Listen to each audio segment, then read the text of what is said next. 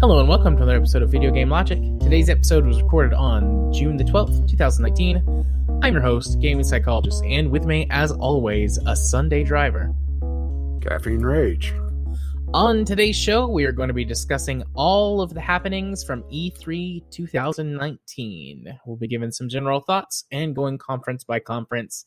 Timestamps will be in the show notes, following their respective conference, in this case, as opposed to topic. So, well, wouldn't they still be topics? I guess so. And because it's E3, we won't be doing Community Corner. I guess we could peruse. I saw there was some stuff in the Discord we could maybe generally bring up at the end. Yeah, Jim was at thoughts at E3, and he flipped off the Fortnite booth. Indeed, as he should have. Of. Well, and I said apparently he climbed a rock wall too. Yeah, got a T-shirt. Yeah, I guess they don't have to print those in the larger sizes. That's one way to save money. Yeah, my fat ass wouldn't be going up that rock wall. Not without a rocket. Same here. But yeah. It's my fat crippled ass. I'd have to be a pair of tits and a steak at the top to get me up there. Anyways, hello, Rage. Hello. So we're recording a day and an hour late at this point. Well, to be fair, it's usually an hour late when we start anyway, so a day late because someone caught the con crud.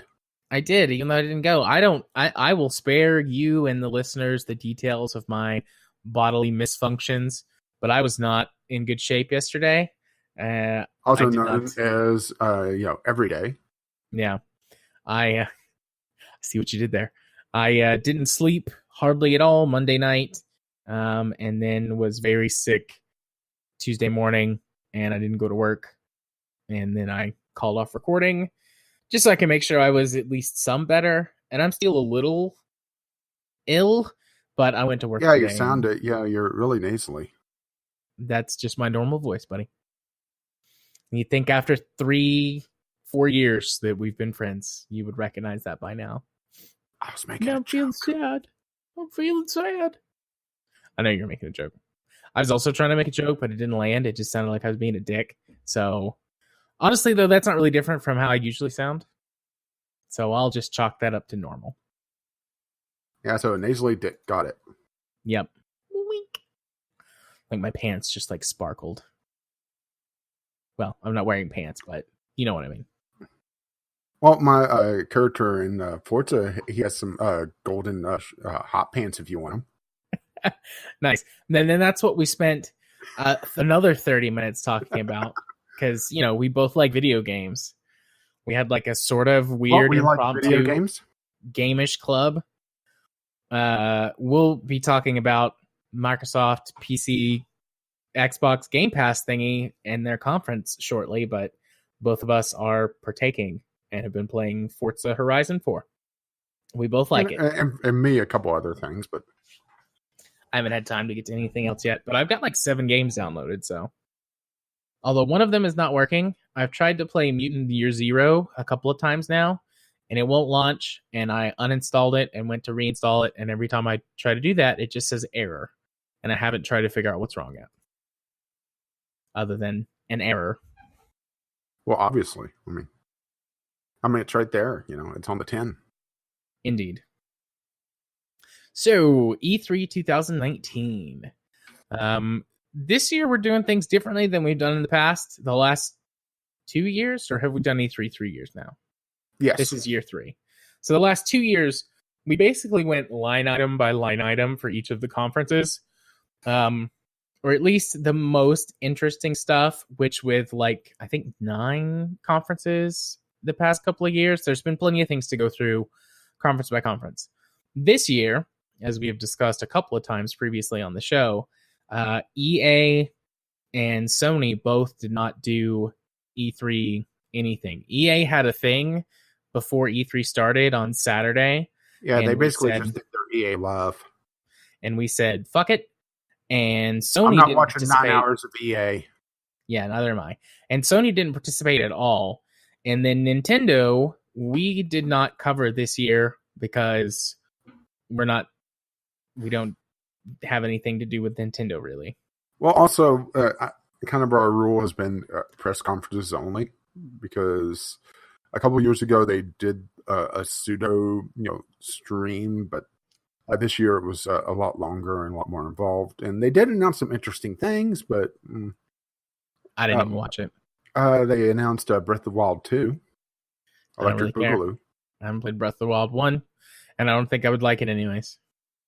Nothing against Zelda games or anything, but just there were a lot of small things with that game that I think would add up to annoy me, like the weapons breaking and the weird food crafting system. Huh. How about that? You disliking food? I know. It doesn't happen very often, but it does sometimes. Unless there's coconut involved. Yeah, I don't like coconut. Tastes too much like soap. I like coconut oil. That's good stuff. Nope. But I don't like coconut. Anything else coconut. But anyways, so things are a little bit different this year. Basically, we're just going to be going through and hitting the highlights on each of the conferences that premiered during the conference time. So the conferences during the conference time. Yeah, the conferences, the keynotes during the conference time. We're going to be talking about Microsoft, Bethesda, Devolver Digital, doing the PC gaming show, Ubisoft, and Square Enix. In that order. That's the order that they aired.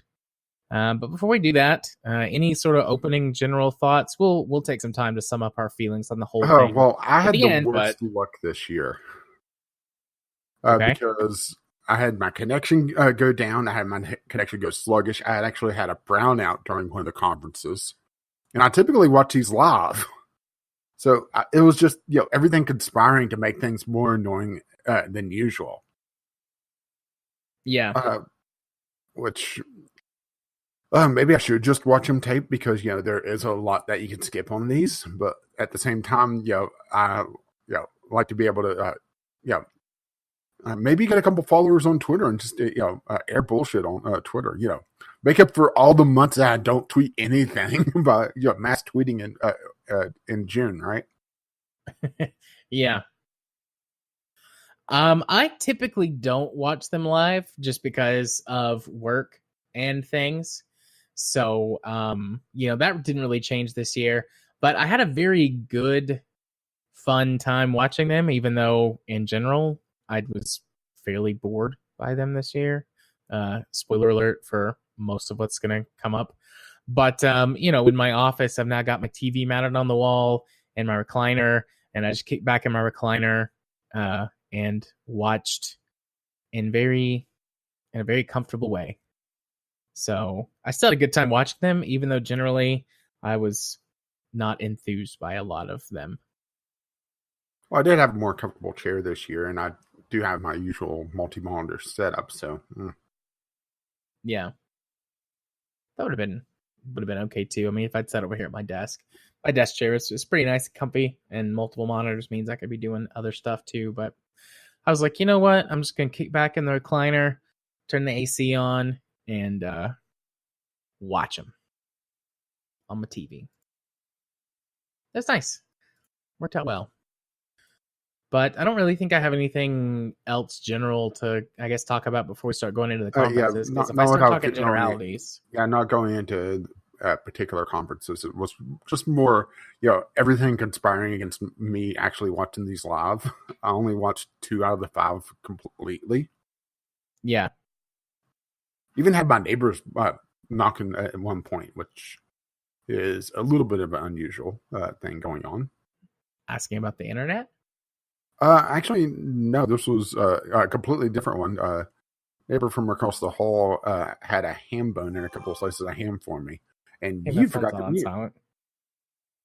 So I got some ham during the Microsoft conference. Nice. I mean, I had to go back and watch the Battletoads trailer, but it was worth it. Nah. I'm Battletoads. I miss Battletoads completely. So not in the conferences here, but I mean, like in general, like I've never played Battletoads, so I didn't really care when they showed it. Oh, see, it's too old for you. Probably. It was an original NES game, and also get off my lawn. Alrighty. So you So ready to... first up, the best of conference EA ever did? None. So moving right along. Yep. The first conference of the Actual year. yeah, first conference of the year is the Microsoft conference, the only one of the big three to do like a conference. Yeah. Since Yeah, Sony didn't bother to play, and Nintendo always does their weird like special The directs. Nintendo does Nintendo things. Yeah. So what do you think about the Microsoft conference this year? Good, bad, and different? It wasn't bad. There was some definite highlights. I mean, the Keanu Reeves coming out, I think, is all over the internet right now. Yes. Oh my God. There's been so much Keanu Reeves stuff I've seen since then. Not just about his Cyberpunk on stage reveal. Just how wholesome he was. Yeah. Keanu Reeves is a great dude. I think that's why everybody's so latched onto this. Not just because of Keanu Reeves, but because he was so wholesome about it. In the middle of this bullshit shitstorm, we have this one genuine moment. Last year, it was last year, right? That Dragon Cancer during the PC Game Awards, the Game Awards show. A year ago, 2 years ago, something like that. Yeah, it was either last year or the year before. I don't remember exactly, but it's been the last couple. But you know what I'm talking about, that one genuine moment. Well, that Keanu Reeves was E3's this year. Yeah. What was it that guy yells at him? Like, you're lovely or whatever. And he's like, no, you are. Yeah. Some guy in the audience. And supposedly Keanu Reeves was completely ill-prepared at just how well he received he was going to be. Yeah. He was so, like, happy. And so happy after the fact. Like, I've seen him, like, talk about it from some people that interviewed him. But I guess that was one of the biggest things for the Microsoft conference. Like, so my general thoughts on the Microsoft conference was there was a lot of stuff that I was like, huh, that's pretty cool.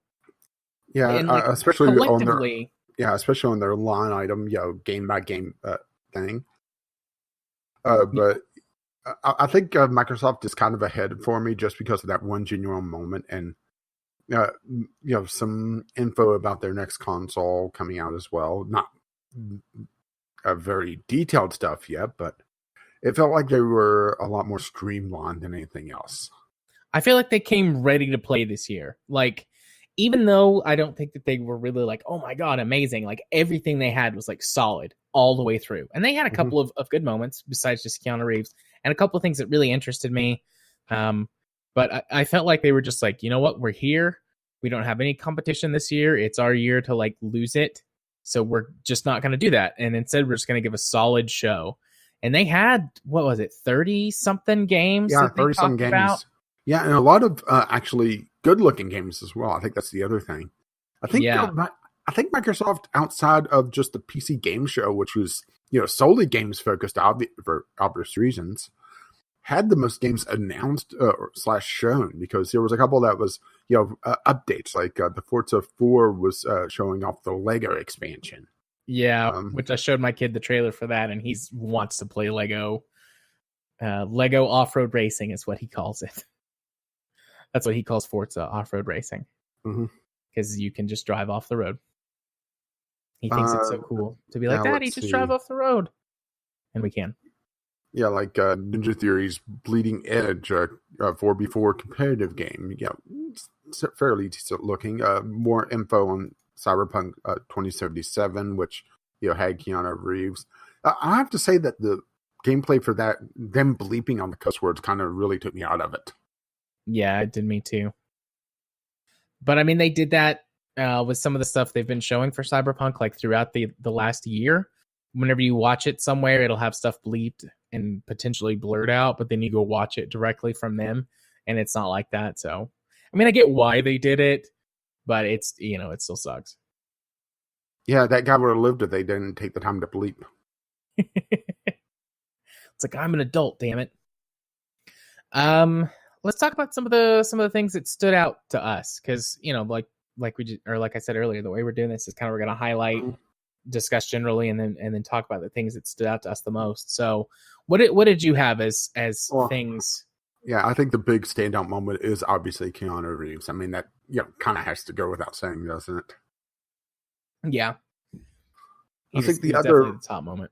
yeah, I think really the other standout thing is starting to trickle out some info about the about their next console, Scarlet, and kind of in conjunction with that, the update on the Elite controller.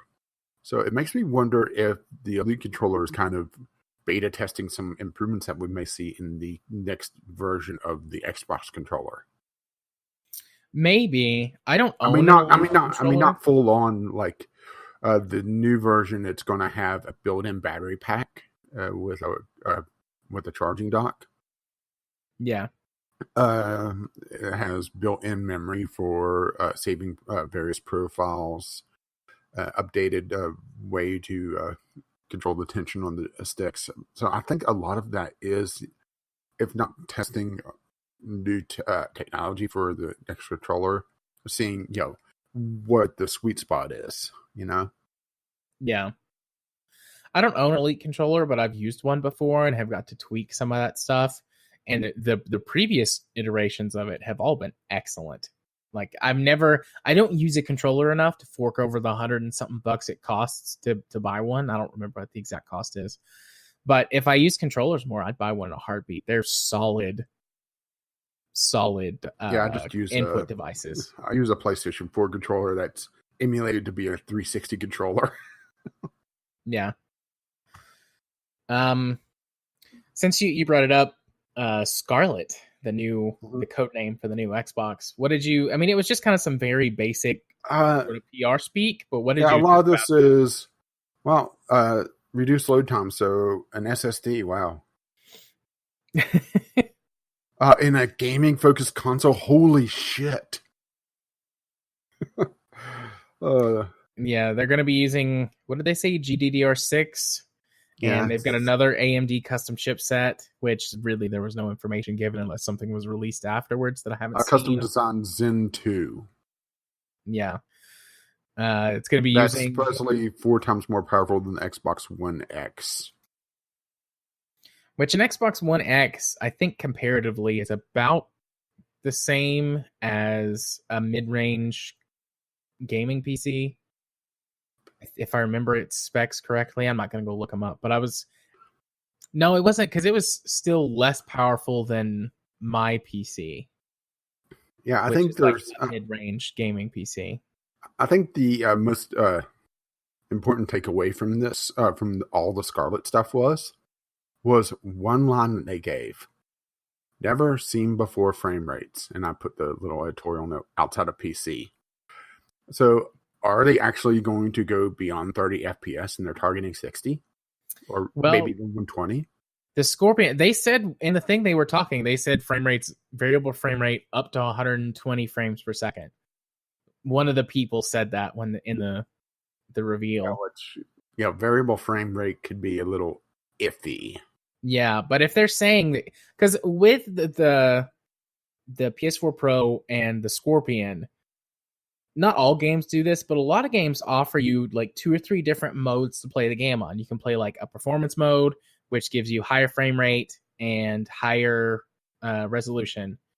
And then there's like a visual fidelity mode that like cranks up the graphics options and turns it down. And then I think there's like a balance mode for some games. I mean, it that is, exists with modern consoles.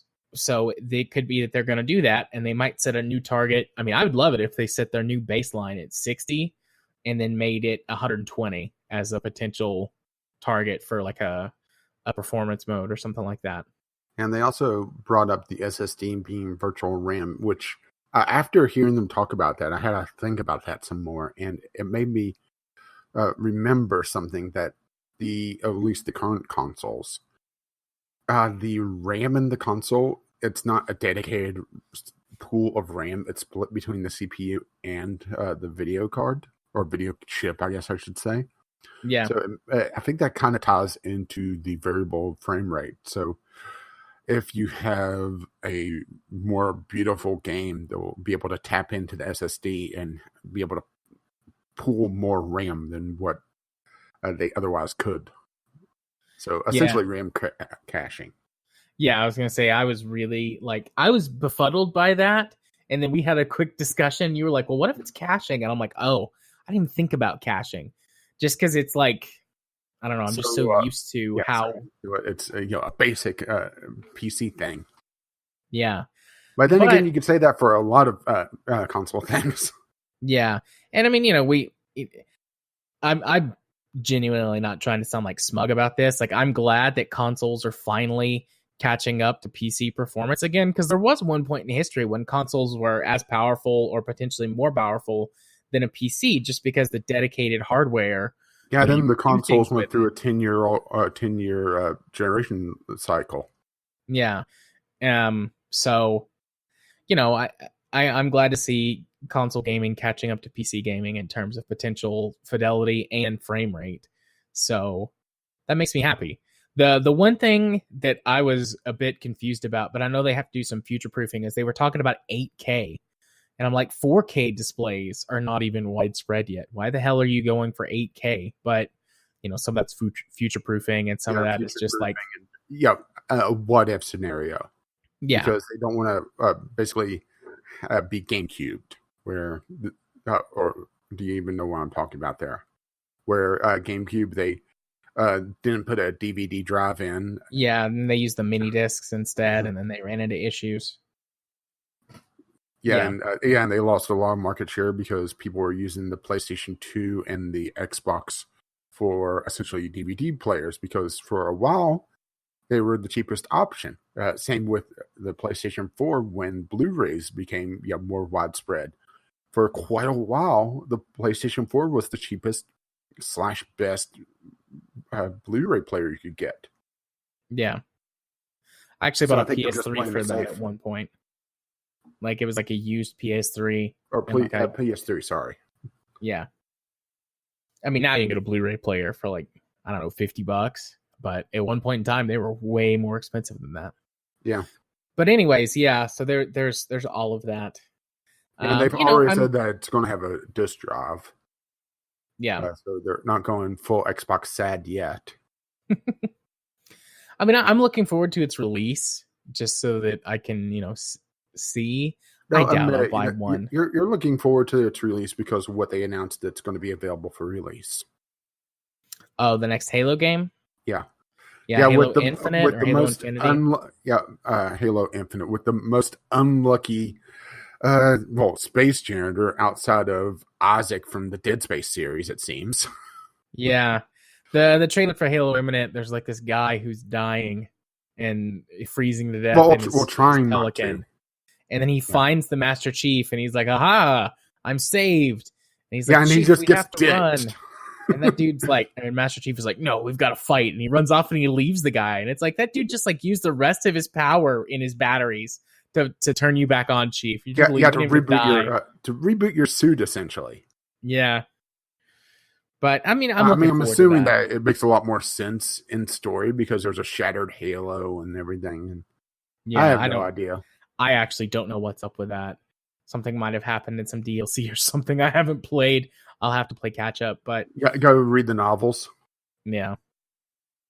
Or play the DLC for Halo Wars 2 because it deals with some of the stuff that happens after Halo 5. But anyways, I'm looking forward to that. I hope it's going to come to PC at this point. Like I have high hopes that it's going to. I mean, we've already known for a while this year that the Halo Master Chief Collection is coming to PC. And they announced before E3, but sort of cleared up some of the details on their PC Game Pass, which is the same as the Xbox Game Pass, except on PC. And there's some differences in games on it. But that's how you and I both have been playing Forza. It's currently $1. I was going to bring that up. The Xbox PC Game Pass, which is confusing. Yeah. But it's got 103 games on it right now. There's some good stuff. A lot of Xbox exclusives. Yeah, there's some really good stuff. There is some crossover between the free stuff that you get with Twitch Prime, some of the Humble Bundle stuff, either through monthly or just the stuff that they're giving away there. But there's a lot of first-party stuff that is not really been available on PC outside of just the Windows Game Store. Yeah, and even some of these things not at all. Because like, I'm just looking real quick. I guess they have been putting more stuff on the Windows Game Store. I'm not 100% sure what is or isn't on there, but Yeah, I'm purposely not fired it up because I didn't like the Windows Game Store. yeah, I don't either. But I mean, there's, like I said, there was 103 games on there right now. We've both been playing Forza 4. I've also been playing some Opus Magnum, which Yeah, is a puzzle game from Zachtronics on there. I've got a half a dozen games downloaded right now. It's not without faults. For some reason, Mutant Year Zero just keeps saying error every time I try and play it or uninstall it and re-download it. Yeah, I'll have to try that to see if I get it as well. But I mean, it's $1 for the first month during E3. I don't know when that promotion ends, and then it's $5 a month after that. Which $5 a month for access to 103 games. I mean, that's a damn good deal, and we'll be talking about subscriptions a little bit later as well. But I would say the Xbox subscription is definitely worth it right now. Yeah, even if you don't get the dollar pass. If they bump it up to 10, that's when it's going to start to be a little bit of a tougher sale for me, just because it has a decent amount of crossover. Yeah, I think I would stick it out for 10 for a while as long as the games continue to be good, which I do like quite a few of the Microsoft first-party franchises. So if more of them continue to be added on, which they've said they will be, then I'd probably stick around for that. But we'll see. I mean, anything could happen or change, but I mean, I'll be on it for as long as it's $5, easy. Like, I'm sold. Yeah. So yeah, I'll be sticking with it for the $5 range at the very least. the only other really notable thing that stood out to me from the Microsoft conference, aside from what we already talked about, is the Minecraft dungeons. Yeah, I was going to say they had their Minecraft thing, and it was an ARPG this year. I have to say, outside of the skin, it looked pretty bog standard. It didn't feel like Minecraft or anything that really sets it apart from essentially Diablo with a Minecraft skin. I'm not sure if they're going to try to do something that makes it more Minecrafty or what. I mean, that was just weird. Yeah, I could get behind it as a cute novelty for a little bit of time, but I'm not a huge fan of ARPGs anyways. I like my ARPGs. That's why it felt so bog standard to me, is that it didn't have anything that really stood out. Yeah. It just felt like it's Minecraft ARPG. Okay, well, Minecraft is all about the creativity and doing your own thing. So how is this going to be an ARPG with that mindset in it? And nothing in the trailer really stood out to me for it. If it comes to Game Pass, I'll try it. What I think would be neat, and I mean, they didn't announce this at all, but I think it would be neat if you could, in Minecraft, build dungeons and then upload them to Minecraft Dungeons and then play them or like share them. I think that would be pretty cool and a good way to integrate it. I couldn't imagine them not doing that, but they didn't mention that. So, but other than that, that would actually work out fairly well. Or there's some sort of I hate using the term quick build mechanic going on, but that's the game that has the quick build right now. But something like that would make it more Minecraft-ish. Yeah. But Minecraft ARPG, that was a combination I wasn't expecting. I would think platform would have been a lot more likely than that. But I'm not going to write it off completely. Let's see, Battletoads is back, a cel-shaded version of it. I do have to say that I like the Saturday morning feel of it. And hey, it has 3-player couch co-op. So there is that. Woo. What? Couch co-op is kind of a rarity these days. You don't see it too often. Double Fine is an Xbox studio now. Yep. And they're releasing Psychonauts 2. Well, we knew they were releasing Psychonauts 2, but now we know that they're not going to run out of money to do so. Yeah, that's fair. So it won't be a space-based situation, which is still bullshit. The weirdest thing for me that came out of the Microsoft conference was the Blair Witch game. Yeah, like I some saw sort that of time loop game. Yeah, I saw that and I was like, is this a Blair Witch thing? I And then wasn't like sure what to mark it as, because it to me, because I'm not a horror fan, a lot of horror looks the same to me. Yeah. I'm also not a horror fan. I just happen to know Blair Witch a little bit better from a lot of the film stuff that I listen to and watch, because Blair Witch is like an important touch point in horror film history. So it gets talked about and used as like a comparison point a lot. So I'm familiar with it, I guess, by osmosis. But I just thought it was weird. Like, I don't know how they're going to turn that into a good game, but hey, maybe it will be. There's two other ones to take note of. RPG Time Legend of Right looked really interesting. Do you recall that one? That was all the hand-drawn stuff in a giant book. Oh, yeah. That was neat. It had slipped my mind. Yeah, but it looks so Nintendo-ish, doesn't it? It Basically, does. At first, I thought it... to be. Yeah, at first I thought it was going to be a partnership with the Nintendo thing, because Microsoft and Nintendo have partnered up on some stuff in the last year or so. And then, it wasn't, but it looked really neat. Yeah, this is why I go line item by line item, because I could go back and look at these. But yeah, it's really charming and has some interesting, almost imagination-driven gameplay mechanics.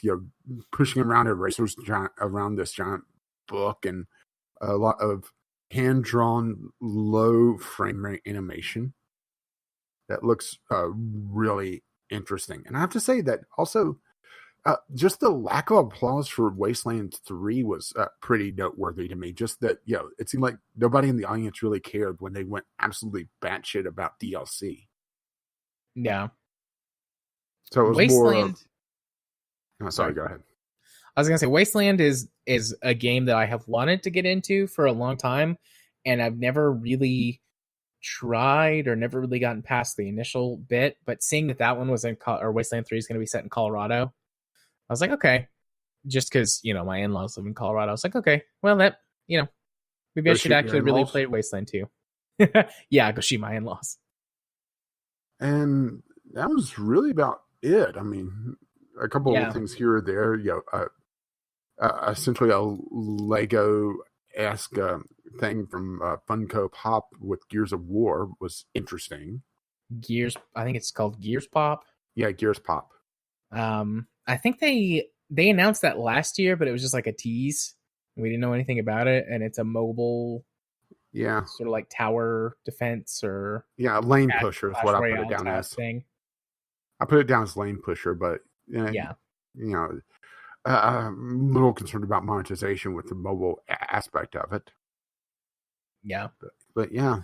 But like I said at the beginning, like the Microsoft conference had a lot of stuff, and I'm like, oh, that's neat, that's solid, that's interesting.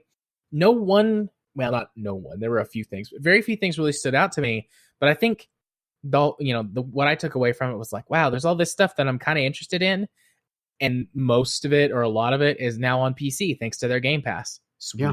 I'm in for Game Pass, so they sold me on that.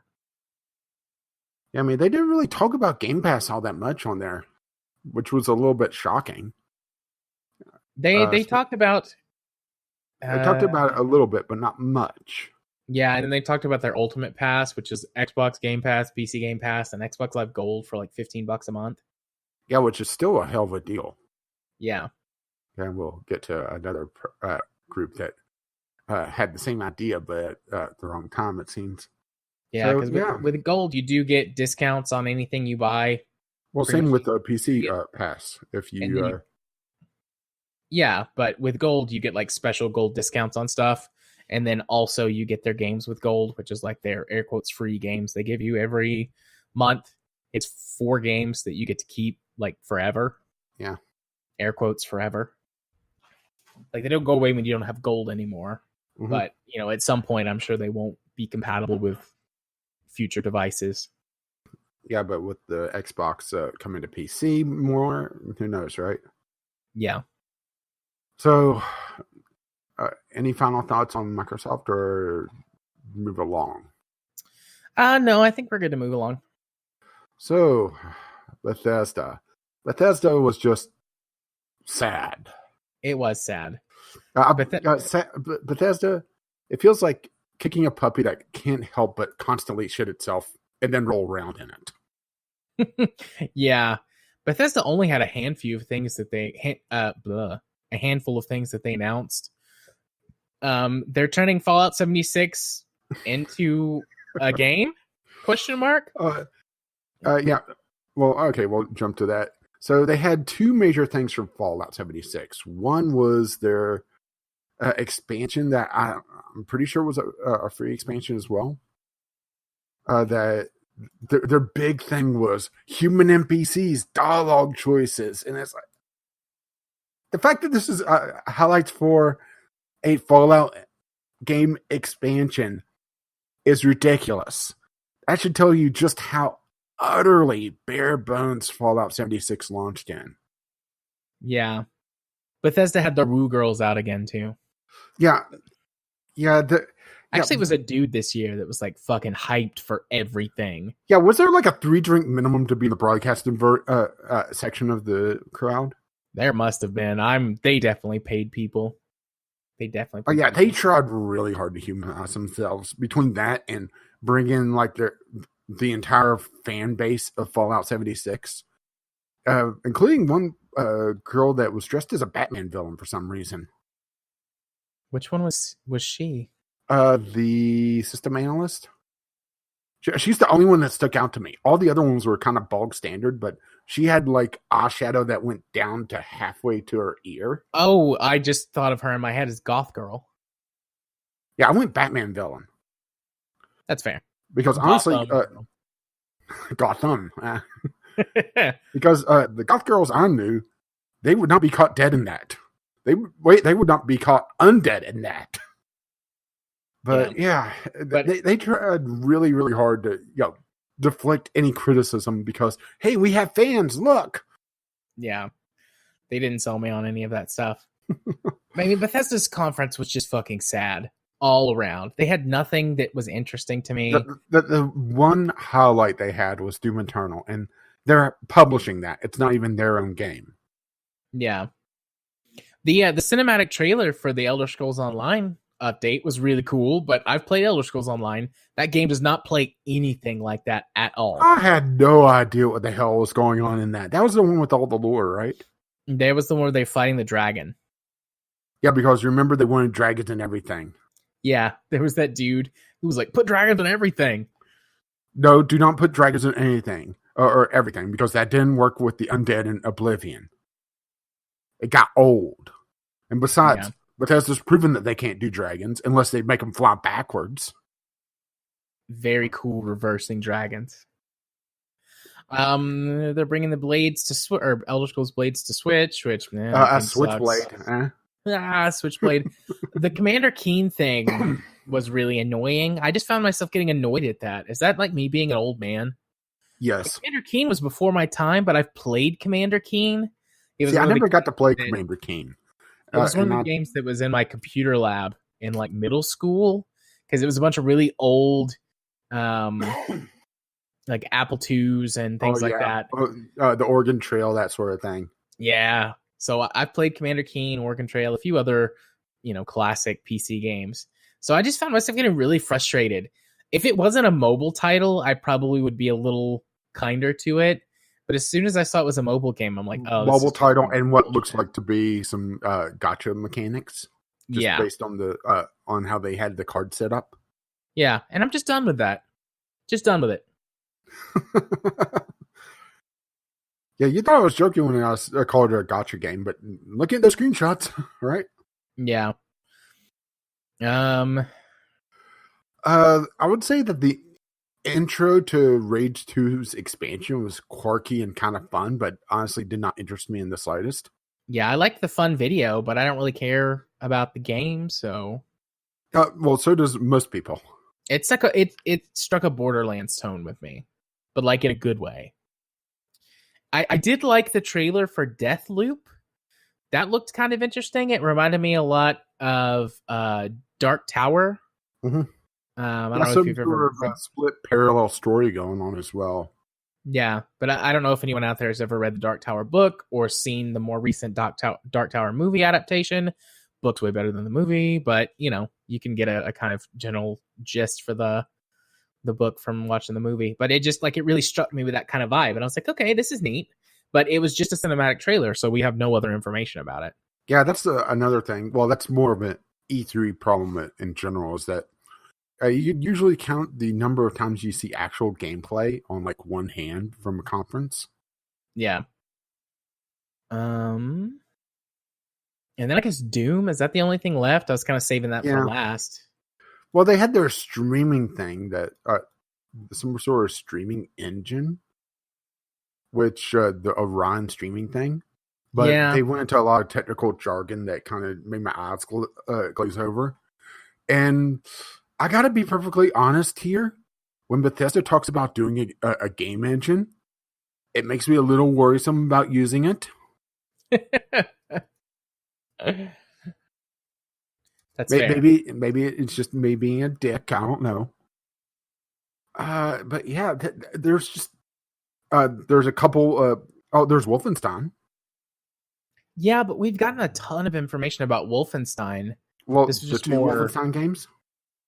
Do what? Say it again. The two Wolfenstein games. Haven't we seen stuff about them though? Was this the first time reveal for any of it? I could have swore that all of that stuff had been premiered already. I think the VR game was premiere. So hey, there's something for Jim, right? I guess maybe I saw a leak about that at some point, but that wasn't new to me. Or at least I never seen anything about it. But then again, I don't exactly follow Wolfenstein all that closely, so it could be me. I'm not sure. But yeah, there was a definite mobile focus going on at Bethesda, which kind of put me off as well. I mean, they highlighted both Fallout Shelter and Elder Scrolls Legends, and had Blades going to Switch, which I still consider that a mobile game, even if it's on a console. Yeah. I mean, I have some tolerance for timers in a video game. I mean, just look at Warframe, but Warframe also, it doesn't bring progression to a dead halt because you could go do other things. You're not going to go through 3 timers. And timers can be utilized to promote other content within a game or to enhance the experience in some way. But with how Warframe does it is that whenever you're building something, it has usually either a 12, 24, or a 3-day timer, or a 12-hour timer, a 24-hour timer, or a 3-day timer. Classes building a new Warframe is usually a 3-day timer, with the parts being like 12-hour timers before it. So usually about 3.5 day or so timer.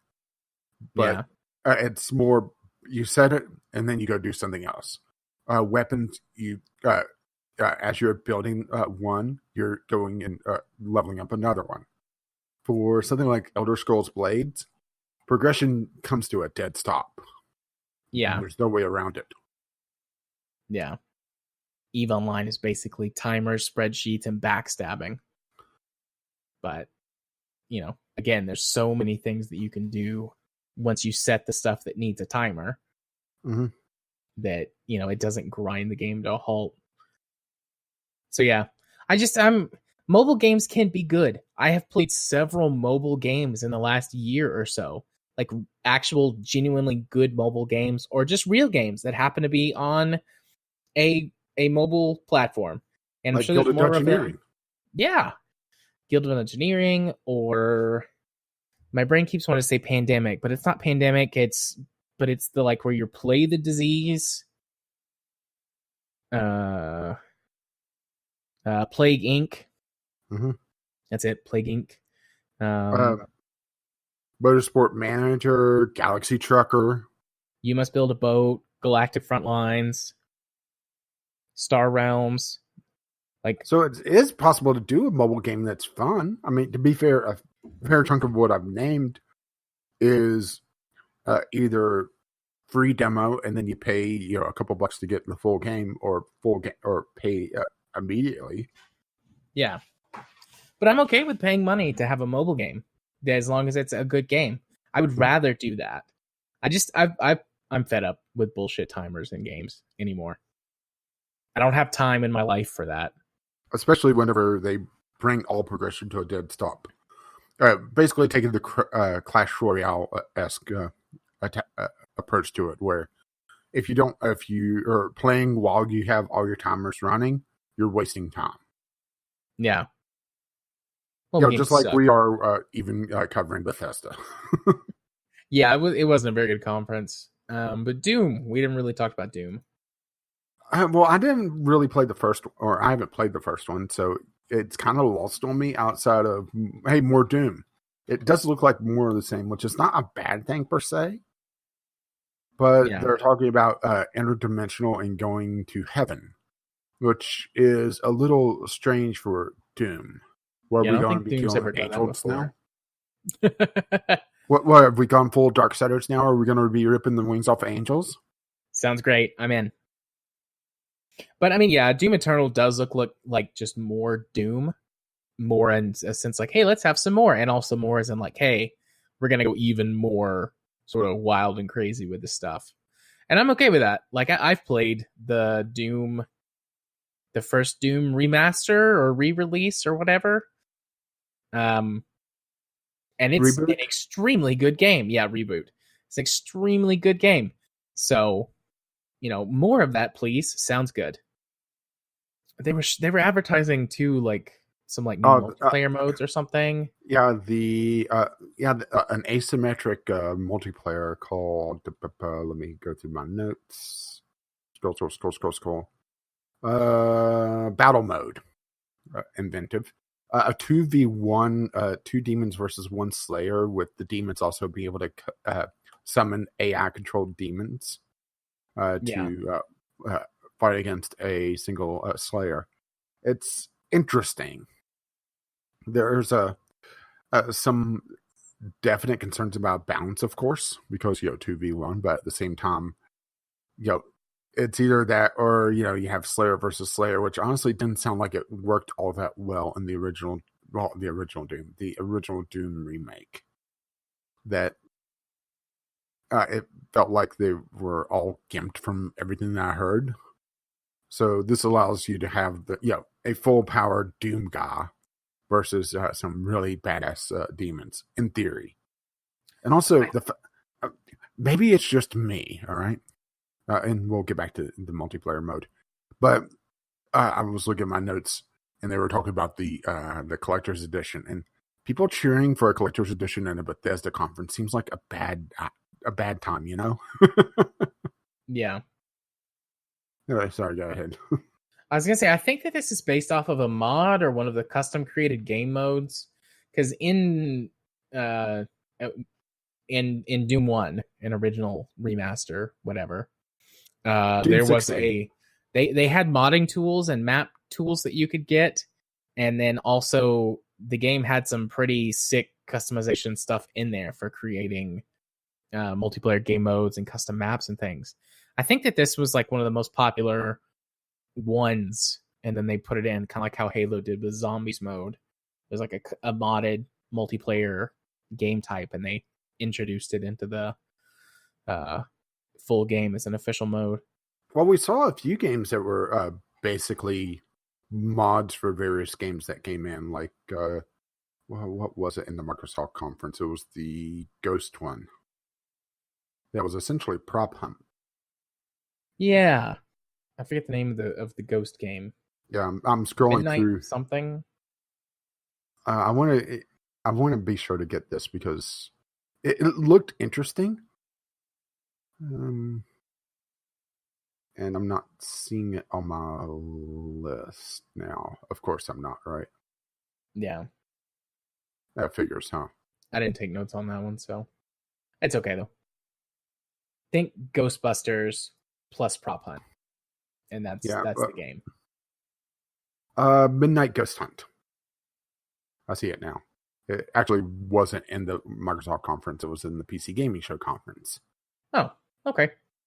But yeah, we saw a few games that were essentially either Gary's mod game modes or game mods for various games that came in.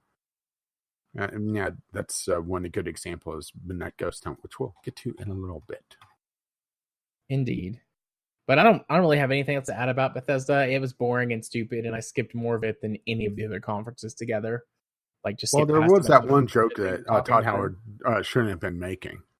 Which one?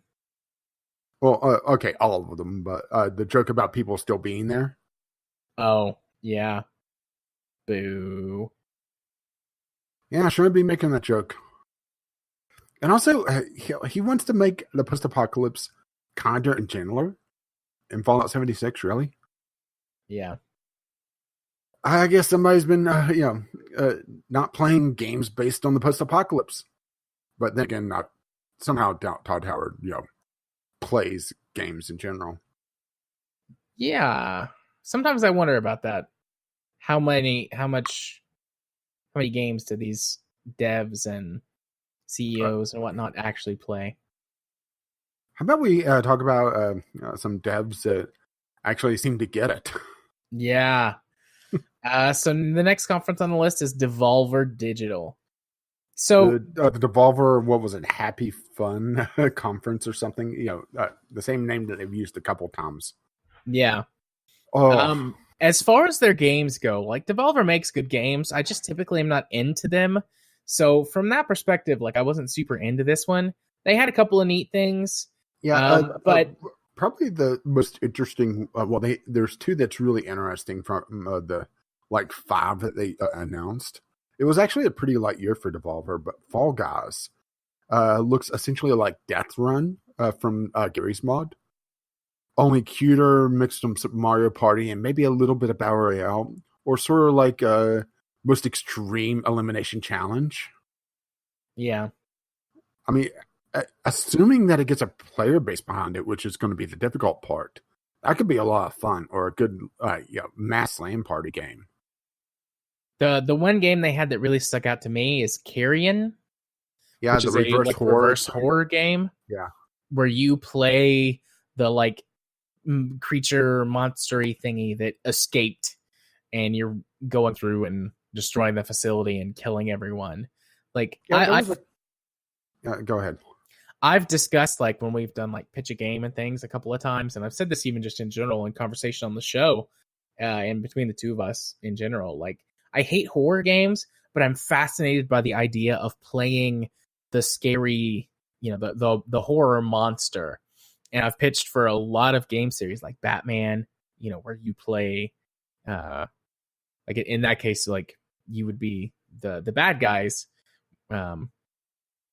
making that into a horror game, or playing a horror game where you're the monster. And there's probably other horror games that exist out there like that I'm not aware of, just because I'm not big in the horror genre. But seeing this, I was like, ooh, I want this. But anyways, that was the only game that really interests me. Fall Guys looked kind of neat, but I'm not familiar with. I played a bit of Death Run back in the day, and it had that sort of Japanese extreme reality game show going on about it. A good example, in American TV, would be Ninja Warrior. The obstacle course that you have to go through, and it's a very slim chance that somebody will get through. That sort of idea. Yeah. Or what's the more family oriented one? Splash Something. That was on ABC for a while. Oh, I don't know. Essentially, it was a bunch of just ridiculous obstacles over a lake. Yeah. And of course, my friend Pedro also, but it was an old trailer, but still looked really good. Yeah. It's essentially side scroller Deadpool. Mm-hmm. The Devolver bootleg thing was kind of neat. At first, I thought that was a joke, and then it's oh no, this is a real thing. But it's how many their games is it? Is it 8? 8 games that they have that they've made rip-off versions, but air quotes. Yeah, now I'm blanking on the name of it, and I'm gonna have to go find it on. It's an actual Steam release, by the way. Yeah, because they did a link that they were calling their gray market site that bounced back to Steam. Yeah, and it's currently 1% off. But let's see, what games do you get? Enter the Gun Dungeon. The Devolver bootleg. Enter the Gun Dungeon. Hotline Milwaukee. Ape Out Jr. Snooty Boots. Super Absolver Mini Turbo Fighting Championship. 2-player only. Castlevania. Peekaboo Ball Stars. And Lift Trousers. Yeah. I thought that was cute. I mean, just a blow to, first of all, gray market sites again, because they made a comment about it last year, I think. And then just the kind of just bullshit rip-off asset flip games as well. I mean, I doubt that they'll keep this up, but it was hilarious. What do you mean? Just keep this up? Like keep doing stuff like this? Oh, no. I mean, keep this particular game up, the Devolver bootleg. I imagine that they'll delist it at some point, and the people that bought it will still get to keep it. I wouldn't be surprised if it actually goes away June 16th, which is when that 1% off promotion ends.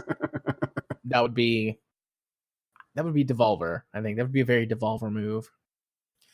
But that was just about everything. I think they had they continued the storyline from the previous 2 years. Oh yeah, no, I was just going to finish talking about the game stuff and then talk about their presentation or their essentially their short film at this point. Well, they also threw shade at Nintendo in doing it. Yeah, well, Nintendo and Sony, because Sony's been doing it too this year. Sony's done a few. You mean EA? Things. It was EA Direct. Sony didn't do anything, did they? No. Sony's been doing direct stuff. Oh. Like, I assume that they were like, EA directly for E3, but Sony has copied the Nintendo Direct model and has been doing, I forget what they call them, but basically Sony Directs for the last couple of months.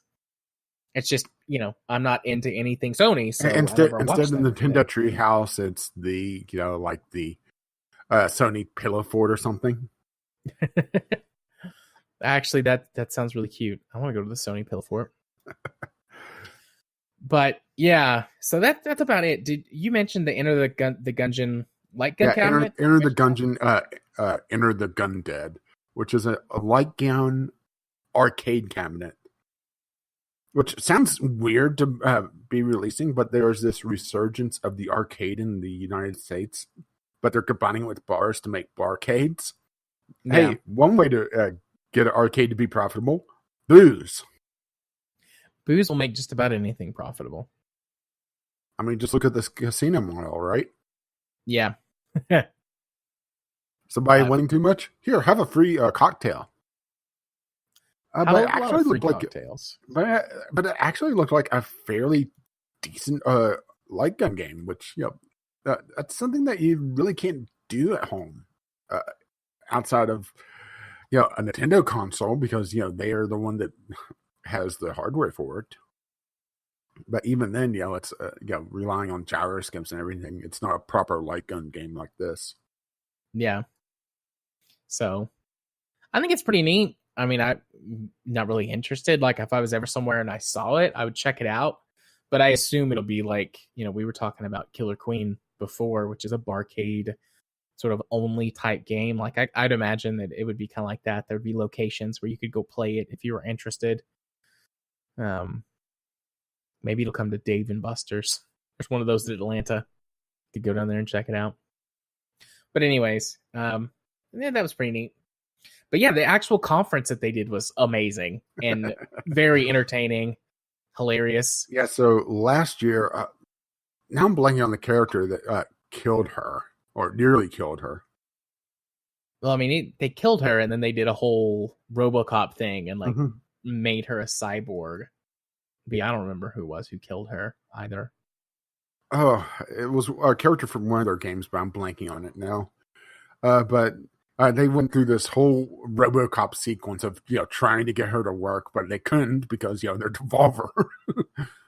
They're game developers. They're not. in the business of making robots. So they decided to just use her brain as essentially a processor to run their Devolver Direct. Mm-hmm. So the entire conference was in her brain. And she's like having a meltdown throughout this whole thing.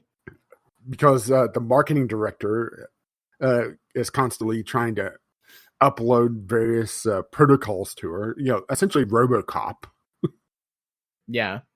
First of all, they attack her ability to cuss. Yep, she can't swear.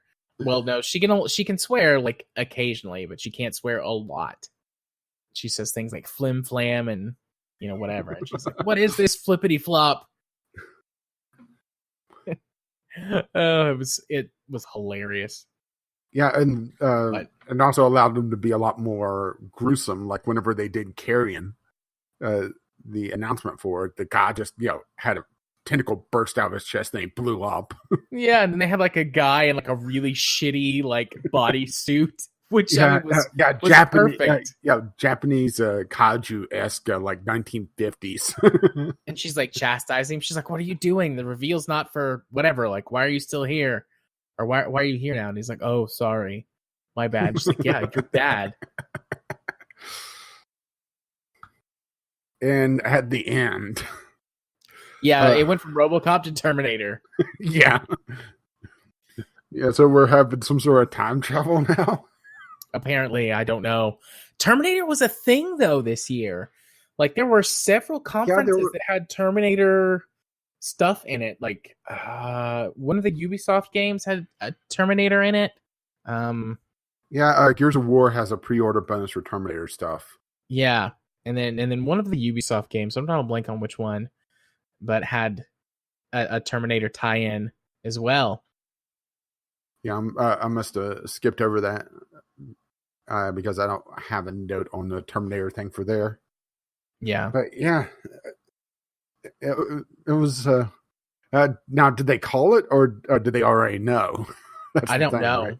I don't know. It could have just been a coincidence. Like, they're going from sort of an 80s trope to 80s trope, and so they went from RoboCop to Terminator.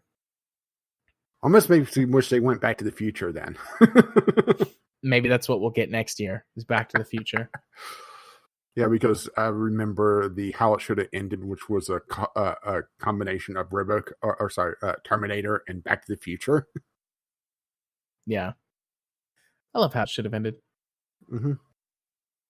Yeah, it's kind of sad that we're talking more about Devolver's what they did as their conference rather than their game more. But I think that's this kind of a running theme is that everything felt very light. This felt like an off year. And that's mostly due to both Sony not being there and Microsoft and Sony kind of gearing up for next year's release of their new consoles. Yeah. And I imagine EA is going to be back in a major way next year as well, just because of the new consoles. We'll see. I mean, they would definitely have a presence at the big conferences, but I don't know if they would, if they're coming back. I mean, I won't miss them, but it wouldn't surprise me if they came back for the year that the consoles came back. Yeah. I wouldn't be surprised if that happened, but I don't necessarily expect it at this point. But, I mean, I guess we'll see.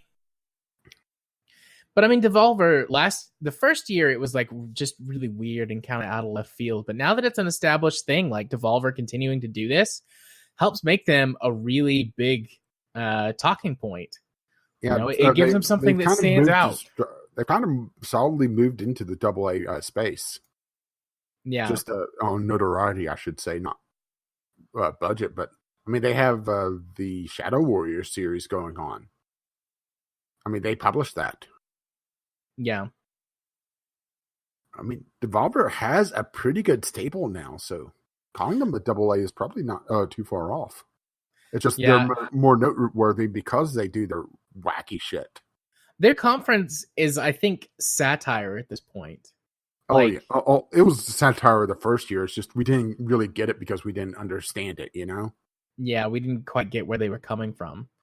Although the first year, I think I might have said parody instead of satire. I mean, subtle difference, but there is a difference in parody and satire.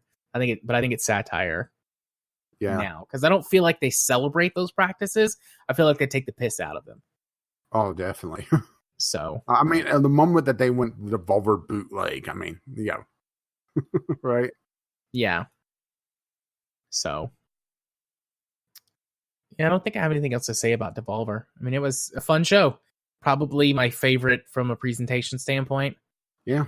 But, again, it feels weird to look forward to the story of a press conference. I know. It's cool, though. So moving right along. Indeed. The next conference is the PC Gaming Show. Powered by Epic Store. And boy, you could tell Epic really funded this one. It was way scaled back and hardly functional. Yeah. I like I still like the PC Gaming Show as one of my favorite ones because they feel the most genuine when the developers come up there. They ask them some questions. They talk a little bit more. Yeah, it was a lot more game-centric. Yeah, and it doesn't feel like they're reading a teleprompter. Like, everyone else, you can pretty much always tell. Hell, sometimes even in the shots, you can see the teleprompters that they're reading. Mm-hmm. But, if they have that for the PC Gaming Show, they hide it a lot better, so it feels more genuine. And they did fun little things. Non kind of telegraphs questions a little too well, right? Yeah. I mean, they do still ask plenty of softball questions, but it feels much more genuine, maybe like a TV talk show sort of thing. Like, hey, here's the game. Talk about it for a few minutes. If it was a TV talk show, they would still have their desk. That's fair. You're very hung up on the desk this year, or the lack of desk. Well, it's more, they should have had something, right? Yeah. It was more, I think, indicative of just how scaled back it was, though, because they had like this fashion show walkway that they came out, and it looked like, a third of the people that they had last year. I mean, an extremely small audience. Yeah, it feels like it's been very streamlined, and I think that I think most of the audience, I mean, there's proportionally way more people that watch this stuff online, but I think they probably have discovered that for the PC Gaming Show, most of the people watching it are going to be at home, and so they don't need to spend as much for a big presentation hall. I mean, that's just my guess. I feel like it's pretty popular, and with backing from Epic, like, even though Epic sucks, they still would have given them like a shitload of money, I'm sure, to be the main sponsor or whatever. So, I liked some of the little bits that they did, and I can't remember this woman's real name because she looks so much like Madani from the Punisher TV series. I just keep thinking of her as Madani, but who? The lady, the British lady. Oh, the Frankie? Yeah, Frankie. Co-host? Yeah, the co-host. The one that during Maneater had the shark costume on. Yeah, the shark onesie. I laughed so hard at that. I loved that. I love her. She's not as good as Aisha Taylor, but she's close. But I liked some of that stuff, and having the two of them go back and forth gives them a good way to hide the setup time for the next bit. So it felt like that there was still a decent clip moving through the conference. There was a couple of the sort of blatant advertising sections that I didn't really like, but it could be worse. What was it? The Samsung curved display. I mean, yeah, which I was kind of interested in, but at the same time, I'm like, I'm not sure why. Okay, no, the chair. The gamer chair. The chair. I like how it's like the best part about the being sponsored by whatever gaming chairs is that I get to sit down for this next segment. I'm like, okay, sure. I mean, it could be a lot worse. That's why they didn't have the desk, because they had to bring in the chair sponsor. Yeah. I guess I'm being a little nitpicky on that one. There's way worse things this conference could have done. There's way worse things other conferences have done. I mean, thankfully, this one didn't have too many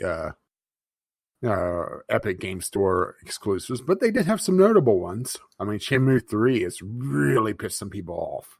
Yeah, we'll talk about that in just a second. But every time I saw something that was like Epic Store, I was like, oh no, is this still on Steam? Because there were quite a few games they brought up that I've had wishlisted on Steam before, or like they did their little montage, And thankfully, everything that I was interested in was also on Steam, Oh, at least for now. What's getting old to me is at the end of every trailer, I'm having to go look to see, okay, does it have the Steam icon? Or does it have an icon for a store that I actually would patron at some point? Same.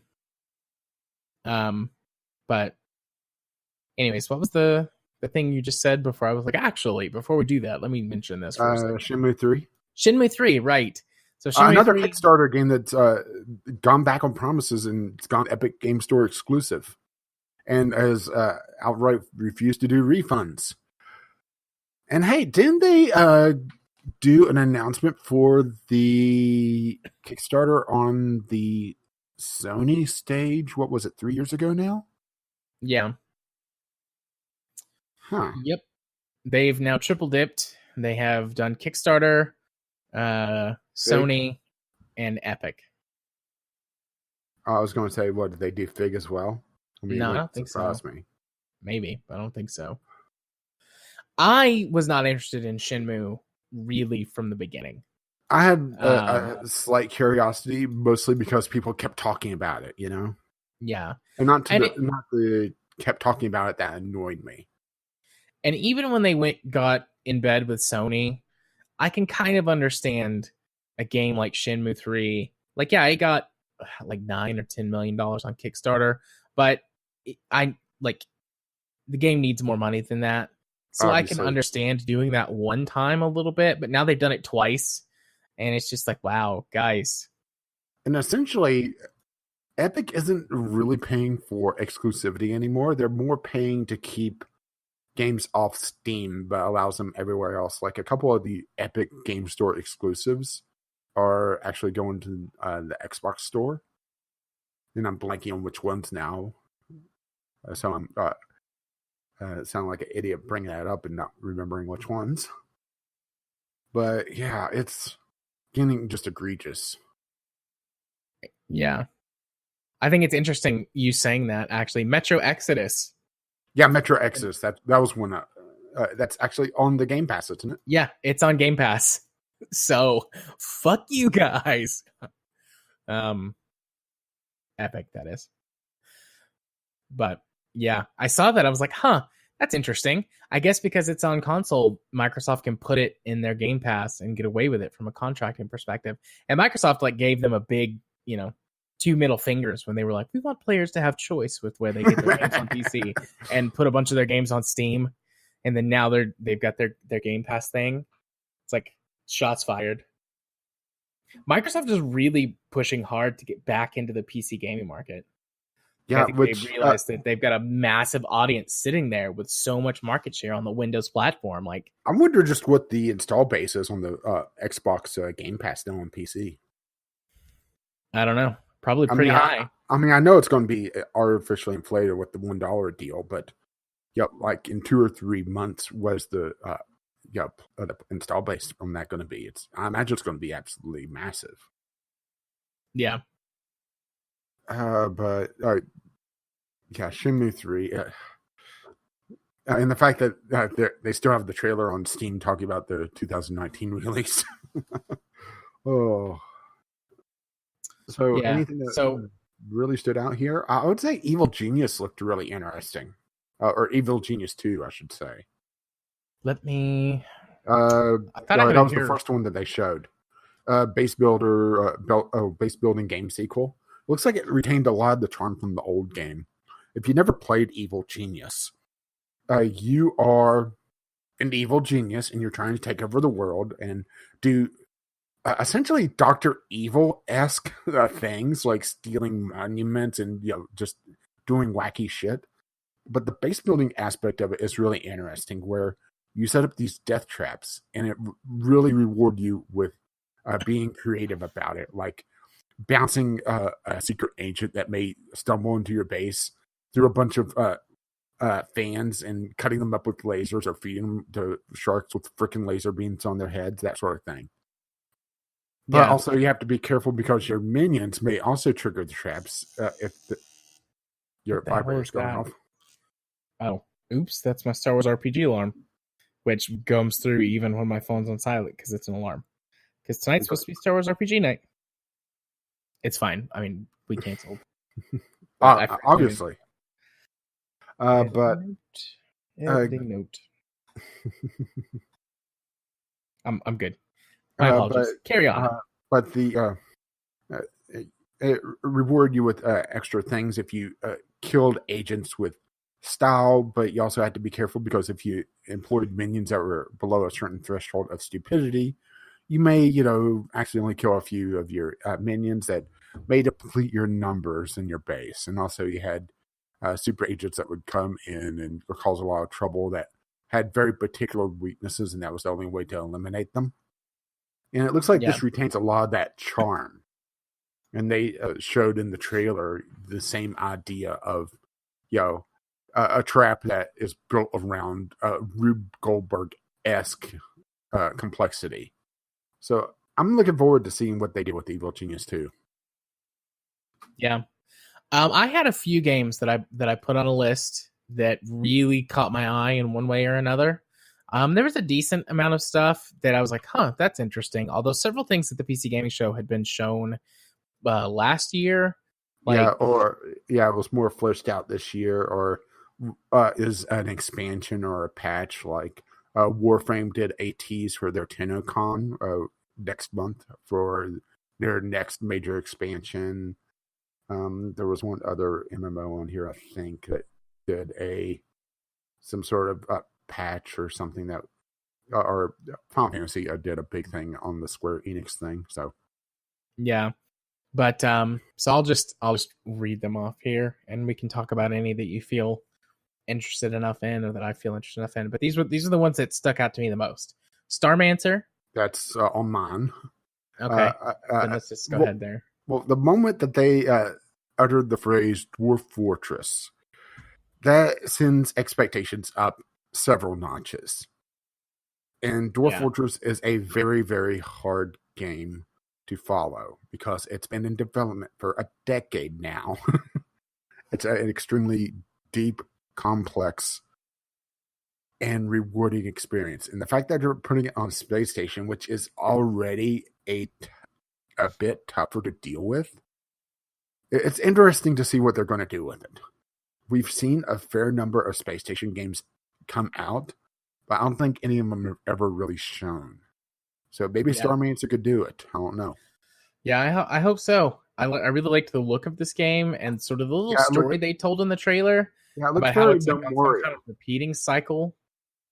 Like they're working that into the game. It looks like from the trailer, like if you fail, you like start over, and the AI, which is you, like you're playing the AI, it's like, okay, maybe I can do better this time. And then it like starts over and it's like, hello, welcome to whatever and it plays like through the intro again, and then the trailer ends. So I like that. I find that very intriguing. Yeah, essentially trying to work, it's fun to lose into the game loop itself, which could work. It's a very tough thing to do, but if they do it. Yeah. Plus I'm a sucker for sci-fi stuff, so. Yeah, and graphically, go look at No Moria. It has about the same art style. Okay. Only that's, fantasy with gnomes. One for me, and then we'll get back to your list. Baldur's Gate. Baldur's Gate was on mine too. I mean, the fact that Studio Lorien is at the helm it tells me that at least gameplay is going to be on par, or spot on, because they knocked it out of the park with the Divinity Original Sin series. Didn't care for some of their other stuff, like Dragon Commander, but they usually have fun ideas, even if they don't, get executed all that well. They're interesting. They're unique. So the fact that they're at the helm of Baldur's Gate, and from the sound of things, they really tightened up the story into Divinity Original Sin 2 that we're going to have to play at some point. Devote a year or two, right? Yeah. I personally I've played the first two Baldur's Gates. I don't know if there were any sort of expansions or spin-offs. There was plenty of expansions. Right. Well, spin-offs, I guess, is what I meant. I haven't played all the expansions for sure.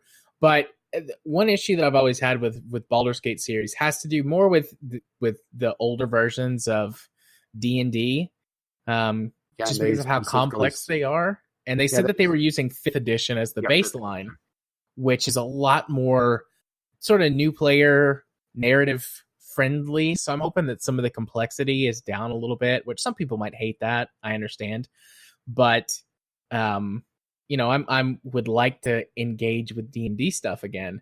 I've actually been considering trying to run a D&D campaign because no one in my local area seems to want to stick around for a Star Wars RPG campaign, which is fine. I've got the one that I play with the people from our audience, but I want to have more RPG stuff in my life because I love writing RPG stories and campaigns and rolling with that stuff.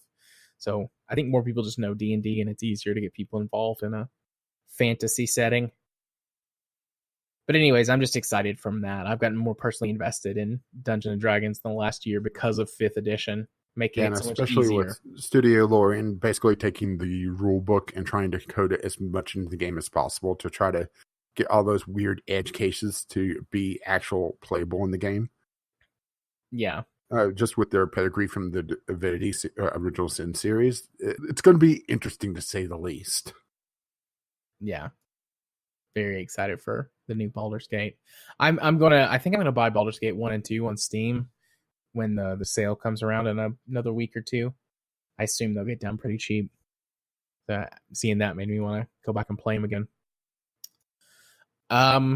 So yeah, another one that was on my list is, let me go back over here. Per Aspera. This is a Mars. Yeah, Mars base builder terraforming game. Not much was shown, but it looked like it was a lot more going from essentially a city builder to like a Civ game almost. Yeah, it looks like you play a self-replicating machine and the AI for that machine, and you are basically building a colony and then terraforming Mars to make it Earth-like, which, again, I'm a sucker for all kinds of stuff like that. It's just like, hit a whole bunch of buttons that I'm interested in. So, not a ton, though. Yeah, you're right. Not a ton was really given about it. There was a trailer and a short interview, I believe, but it was just like, oh, you'll have to wait and see as we continue to develop it, because it's just got a release date for 2020. So it's at least a year away. But I did find it very interesting. Had to hit my cough button there. I wondered about that because you kind of went quiet there for a moment. Yeah. Whenever you Shatner, I'm assuming that something's going down. Yeah, either I'm coughing or my connection took a huge shit. It's doing all right tonight. I haven't plugged in my adapter to see if there actually is an issue, but it's holding up on its own tonight so far. So fingers crossed. But anyways, what else have you got on your list? Okay, how about, an odd one if you don't know me all that well, but Planet Zoo sounds interesting, but it also depends on if they go more down the management route or down a pseudo sandbox and make your zoo look pretty route, where they go with it. Which I don't have a problem with either route, but I have to be in a particular mood to be able to enjoy a sandbox a lot more than just a pure management game or heavier management game. But the fact that they're talking about it being like a modern zoo and also talking about conservation probably means that it's not going to sell very well in the South. I mean, let's be perfectly honest. I was not super interested in it, although not for that reason. Well, I also played Zoo Tycoon back in the day. Yeah. I mean, I've played a couple of zoo games, but... there's one on the Xbox Game Pass. Yeah, I saw that. But, I mean, this is Frontier, right? Remember correctly? Don't recall which one it was. I'm going to have to go look at that now. I didn't make note of that. It is, let's see, Planet Zoo. Oh, yeah, Frontier Developments. So, they've done a couple of zoo games. Yeah, and they've done they also did. Well, they did Roller Coaster Tycoons 2 and 3. Yep. Which 3 was a lot more sandboxy, but it was still, it wasn't full on sandbox like Planet Coaster. But they also did Jurassic World Evolution. Yep. Just looking at this, it looks very familiar. Like they took that engine and Like reskinned they it. took look like they took Planet Coaster or Jurassic World Evolution and reskinned it. I definitely agree with that. That's why I had my reservations about it. Yeah. But they also did the original Zoo Tycoon, so right? Yeah. I mean, I really liked Jurassic Park, but I did have some issues with that game that may or may not be, uh, you know, still a problem if it's more modern zoo as opposed to dinosaurs. But, the only way to find out is to give it a shot. So, another one I had on my list was Telling Lies. Yeah, I added a subtitle to that one. Mm-hmm. Telling Lies, the Todd Howard story. Well done. I could But I hear mean, that smile. Yeah, it looks very interesting, doesn't it? yeah, this is made by the same people who made Her Story, and Yeah, it's not. essentially is. They called it a spiritual sequel. It's not a direct sequel, but it's the Yeah, same vein where you find what they said, an NSA or FBI hard drive full of just videos, and it's an open world full motion video game where you watch a video and there's various keywords that you can pick up on that may link to another video, and you kind of build up a story based on that and go through and figure out what happened. And it looks yeah, very interesting. I showed her the download size of this thing because they said it was 10 hours of video. yeah. That would be a decent amount of gigabytes. That's assuming, of course, that they do full 1080p.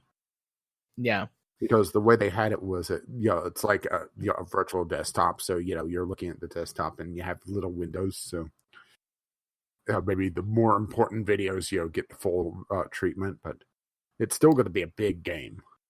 yeah. Well, Well, it looks like this footage is higher quality than what they used for Her Story, because mhm. Her Story is shot like on a '90s, police camera. So it's and they did the VCR treatment to that and all that. yeah, so it was lower quality, lower resolution, things like that.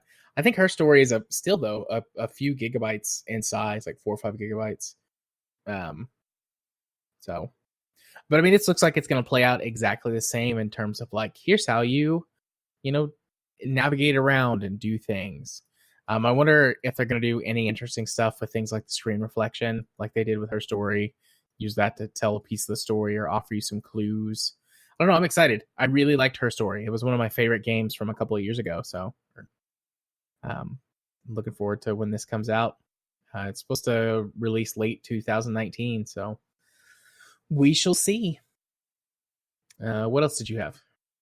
That's about it. I'm purposely skipping things that were either Epic Store exclusive or timed exclusives because I'll give them time to see if anything happens with them. Yeah. So I had Because two more.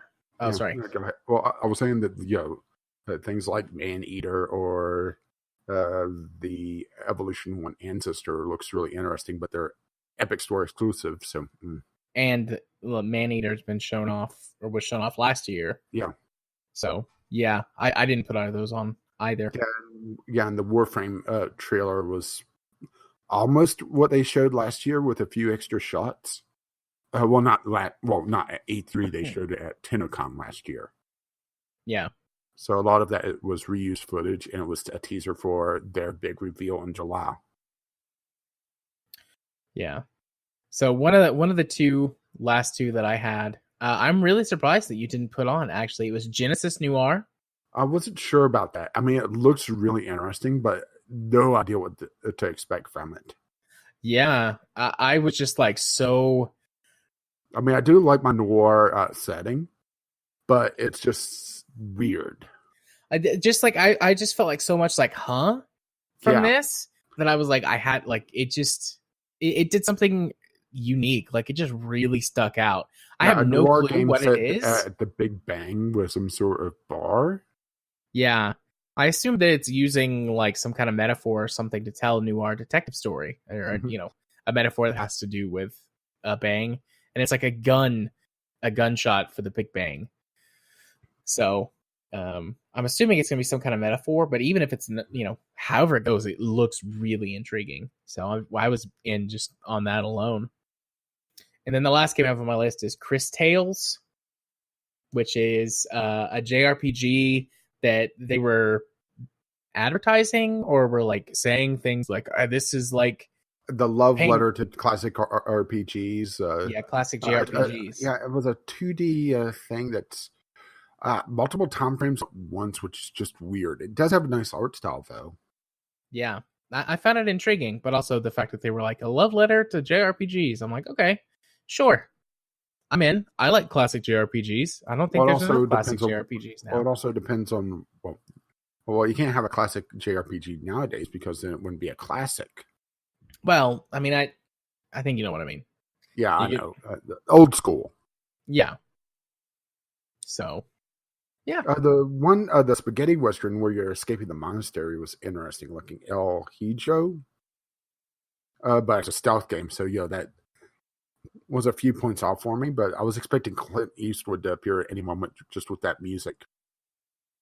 Yeah. And of course, hey, Terraria is getting another final expansion. Yeah, I was blown away by that. Just like, wow, that game's still getting updates / expansions. Good for them. But yeah, I don't have anything else on my notes or games list for that. So I mean, we pretty much covered the PC gaming show almost line item by line item. I guess so. Between the two of us, all the new stuff we talked about. So cool. I mean, do we want to cover the things we missed, like Mutant Year Zero's Seed of Evil montage? No, I'm good. So let's go on to the next conference then, which is Ubisoft, our next to last conference this year. Another one that I thought was a pretty solid entry, just in terms of like the games that they showed off. I would say that Ubisoft's conference, it's punctuated by really 2 items on this. 3 for me, but I think I know which 2 you're going to bring up. Watch Dogs, their subscription service. Mm-hmm. Yeah. The third one for me is the Ghost Recon Breakpoint. Yeah, see, I didn't really care for Ghost Recon, so. But let's go into Watch Dogs first. Yeah, this was a big allow me to say, holy shit. Conference. Yeah. Assuming, now, here's the big caveat to all this, and calls back, one of our commandments, trust but verify. This is an E3 trailer, so take everything you see with a massive grain of salt. But if they're able to pull off even half of what they showed off, it is impressive. I will say on the technical side for Watch Dogs, because everyone, very rightly pointed out the major graphical downgrade between the Watch Dogs, the first Watch Dogs E3 sort of trailer presentation and the final release of the game. But on the technical side, all of the stuff that they had talked about from a technical standpoint, like with the hacking and all that jazz, all or most of that made it into the game. So, from a game mechanic standpoint, they pulled off that stuff. And at the time, it was oh my God, so many things. This feels a lot to me like a lot more ambitious than what they put forward in, I would say, both the first 2 Watch Dogs combined. This was like the Nemesis system in a way. I wouldn't say that. This feels different than that, just because these aren't procedurally generated. These are, at least from what I'm taking from let's talk about what this is first. Right. So, from what we were able to tell in the trailers, there is no primary character outside of an AI. And all the playable characters are essentially recruited NPCs that you gain control of, each with their own strengths and weaknesses, and have permadeath. So if you die, you lose control of that NPC, and they either get captured or die, depending on the situation. And then you switch to another one in your roster who is out in the game world doing something else. And you either continue with the mission, you go on a different mission, or maybe you go rescue the guy that you just got captured. And it is ambitious as hell. But it also opens up a lot more of a roster of possible playable characters. I mean, they showed a granny hobbling around with Helen. Helen was my favorite. She's a Yeah. retired assassin. I would say, I think the reason I compare this to the Nemesis system is I bet there's a huge chunk of procedural generation behind the scenes. I bet they have seeded the world with all of these procedurally generated people, and they have a few that they have sort of handcrafted as like their, their main NPCs or their like, big name. Like I would, yeah, their core roster that like you interact with throughout the main story of the game that will get recruited, and then what happens with them is kind of dependent upon how you skillfully make it through your your stuff. But I'd say a lot of these people were procedurally generated behind the scenes because that's what they did with the whole every person has a backstory and you can hack them and find out all their stuff. Like they procedurally generated a lot of that stuff and then went in and backfilled some of the specifics and the details for the people once they had most of the legwork done with procedural generation. Yeah, but see, that's a combination of procedural generation and handcrafted that right.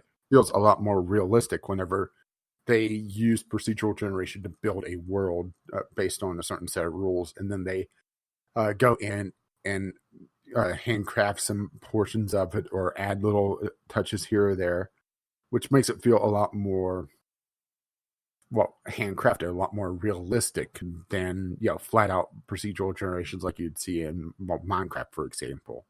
Yeah, but that's what the Nemesis system does too. Procedurally generating a bunch of stuff behind the scenes. They handpicked the initial things, and then your actions in the game sort of propel characters forward or eliminate them from the list. And they took that even further with the second Shadows of War, or whichever one was the second one in that series, and added a lot more personal story to the orcs anyways that showed up in the Nemesis system. And they had more key orcs, especially since they could join your team. So it really struck as like, someone has taken this Nemesis system and figured out a way to do something different with it, which I think is wonderful. I love the Nemesis system and the amount of emergent gameplay it brings in because it makes the game feel much more customized to your actions, giving you a more unique playthrough.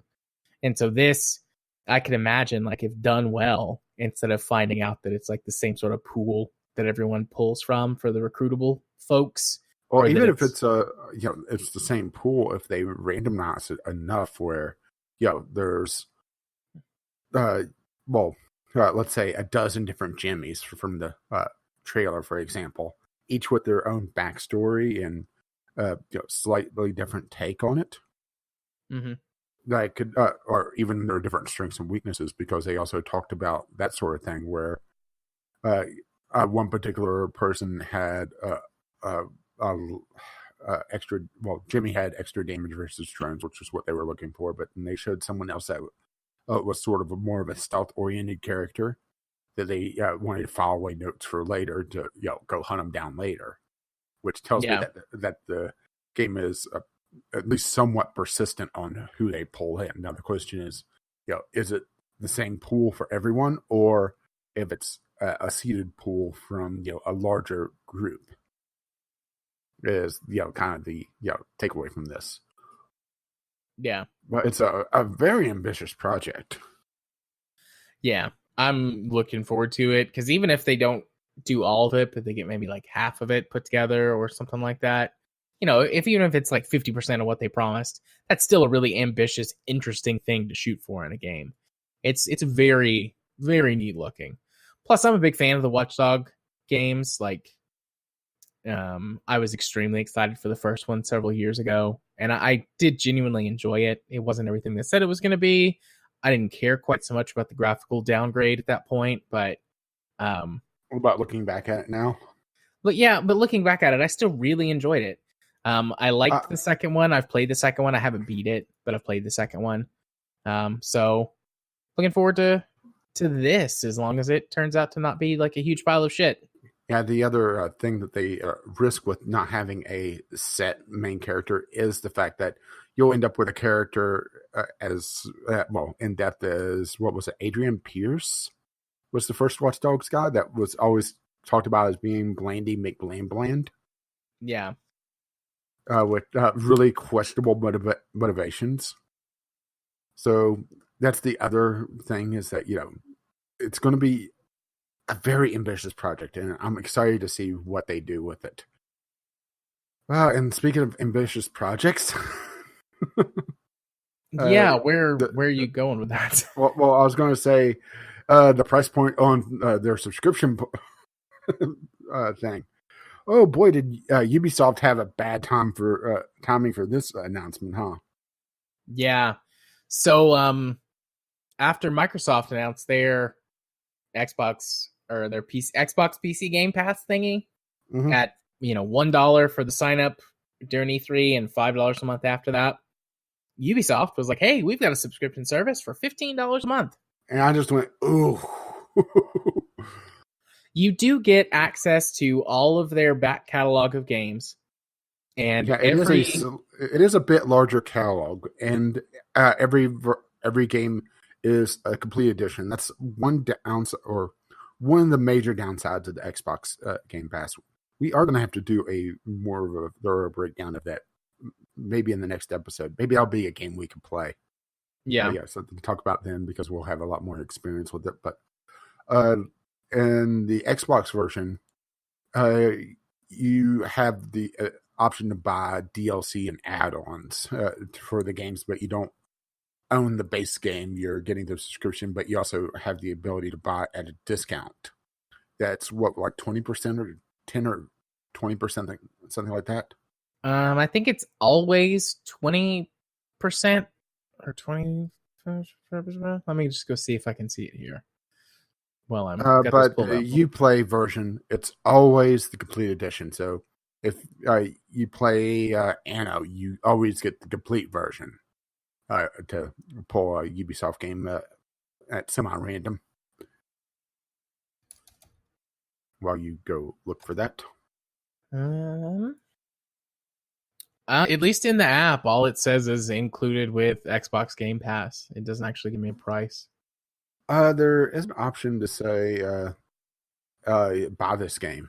Oh, here we go. Okay, I actually have to go through the store. That is at least on Forza, it's a 10% discount. I mean, it's not a major discount, but it is a discount.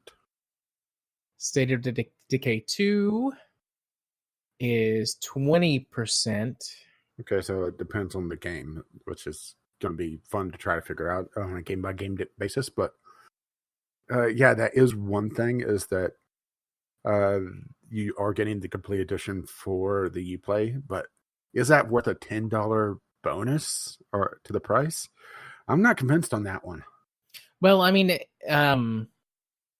EA with Origin, their Access Gold or All Access, whatever, like the top tier version of theirs is $15. This is similar to that service, but EA has got a cheaper version. It's like half that. I think it's $7 a month. That's essentially the Microsoft version. Yeah, which is you get access to all of the games, but it's only like the standard versions of the games. And then there are certain games that like come to it later. So, I mean, the Microsoft one is still best, like still the best deal. And there's no delay on any of the games coming to it, at least based on what they've said. They've said all of their new games, or all of their new Microsoft exclusive games, are going to come to the Game Pass like day one. I mean, that's the reason to keep it right there and there. Yeah. But Ubisoft Uplay Plus does have one bonus about it, is that it's going to be available on Stadia as well. So if you're a traveler, that may be something to look into, but that's starting to rack up the subscription costs, because Stadia is $10 a month. Well, they might be doing like a thing where that it's, you know, some sort of one, the other one's some cheaper. Sort of bundle. Yeah, I would imagine that, but that's still quite the price per month for mobile gaming, essentially. Yeah, I mean, I would imagine that Google would subsidize that, though.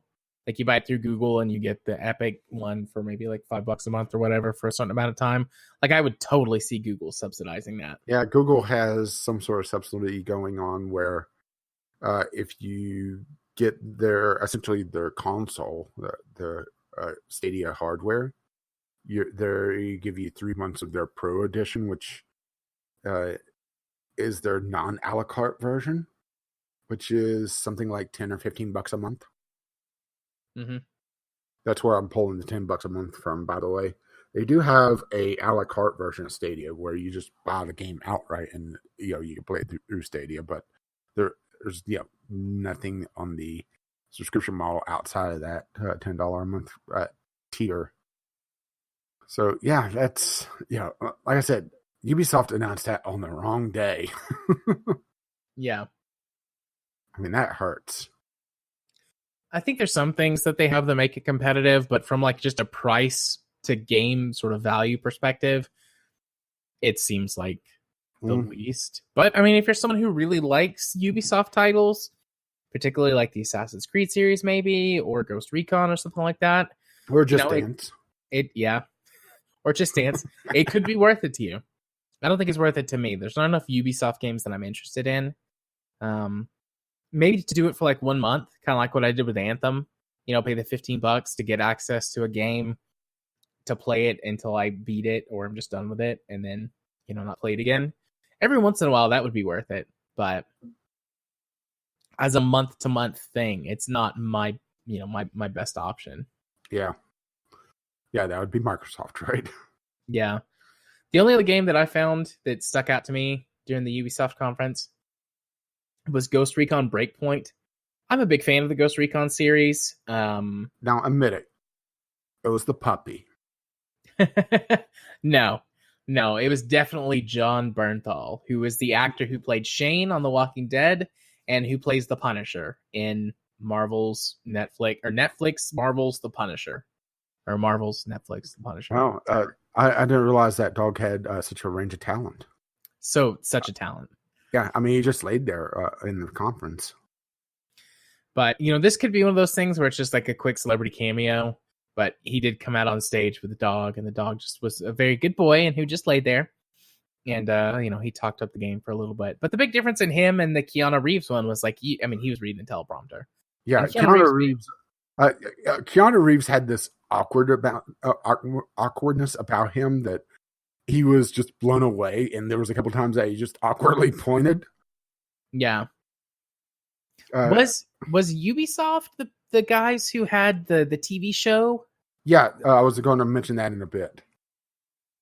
Okay, so I just was going to make a point about how like there's a big difference when actors come out on the stage, even reading the teleprompter. Like I could kind of tell because they showed it that John was reading the teleprompter.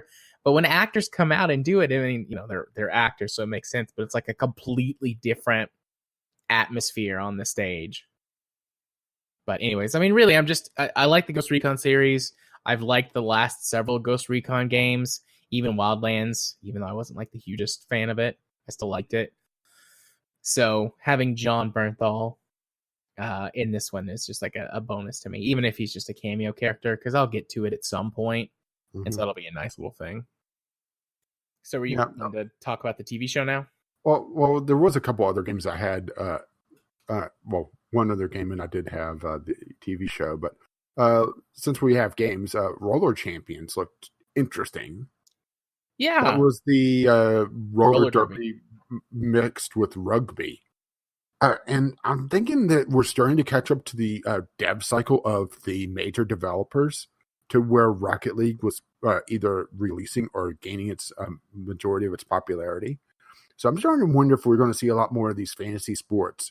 I mean, Roller Champions obviously has at least some influence from Rocket League, just based on their visual style. A lot of bright lights and a lot of specter about it. Yeah. But it's not Rocket League. I mean, I think that's the difference between it and some of the games that we've seen kind of jump on the bandwagon or try to release a very quick version. Like hell, even Warframe released a PvP mode that was essentially, and now I'm blanking on the name of the sport. It's the South American one that has the giant ass hook on it, on your arm. I don't know. But you know what I'm talking about, right? No, actually, I don't know what you're talking about.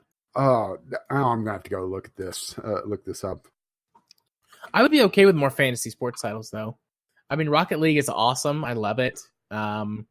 Roller derby honestly kind of feels like a fantasy sports anyways, even though I know roller derby is real. So this kind of feels like a natural extension of roller derby anyways.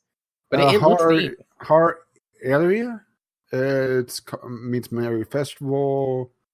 It's all right. Here, I'm going to have to link this to you, and you look at this and you'll know what I'm talking about. And incoming link from Wikipedia. Okay. Oh, I have seen this before. Popular sport within Latin America and the Philippines for some reason. Cool. But yeah, it has sort of that feel about it with the how they were passing back and forth. Yeah. I see that. I get that. With a little bit of basketball as well, with dunking through the hoop. So from the look of it, there was a demo that released that I didn't get a chance to play because I was busy for it. So that you go around the rink 3 times. It's like this IndyCar track. Very narrow oval. Mm-hmm. Go around it 3 times and you can essentially dunk it to score a point. And it's what was it, 3v3? Yeah, I think so. Yeah, it looked very interesting actually, and a very exaggerated art style, a lot of flashing lights, a lot of pizzazz to it, I think would be the best way to put it. So yeah, I do think what you mentioned actually is a note I had was that I wonder if we will see more fantasy sports games as the development cycle catches up to Rocket League. I hope which so. I don't have any problems with. I think Rocket League needs to be challenged at this point because it's kind of just sat there for quite a while. They've released some game modes, but it's always been the base game mode as the the meat and potatoes. Yeah. So the other one is essentially game dev meets The Office with Mythic Quest Raven's Banquet, which honestly felt a little cringy, which I'm not sure was in a good or bad way. I think that was the point. I think it comes down to just how the trailer comes out. I think that's how the trailer played. I didn't laugh, but I would be willing to give it a shot. Yeah, I have it listed that I'll give it a shot if and when it comes to Netflix because it's supposed to be Apple TV. You said I didn't recall them even saying where the hell it was coming out at. Yeah, they said it right at the very end, like premiering on Apple TV or something like that. Because that's where everybody's going to go, right? Yeah. Yeah, wasn't there another another show that was working in conjunction with Netflix? Hang on. I don't remember that. The Division 2. Oh no, they're doing a movie. Yeah, well, movie. Well, same idea though. A movie based on the Division made with Netflix, which is a little troublesome. A Netflix in-house thing because their stuff has been hit or miss. But right? Yeah, I mean, I would. It'll be on Netflix, I'll watch it. Definitely watch it.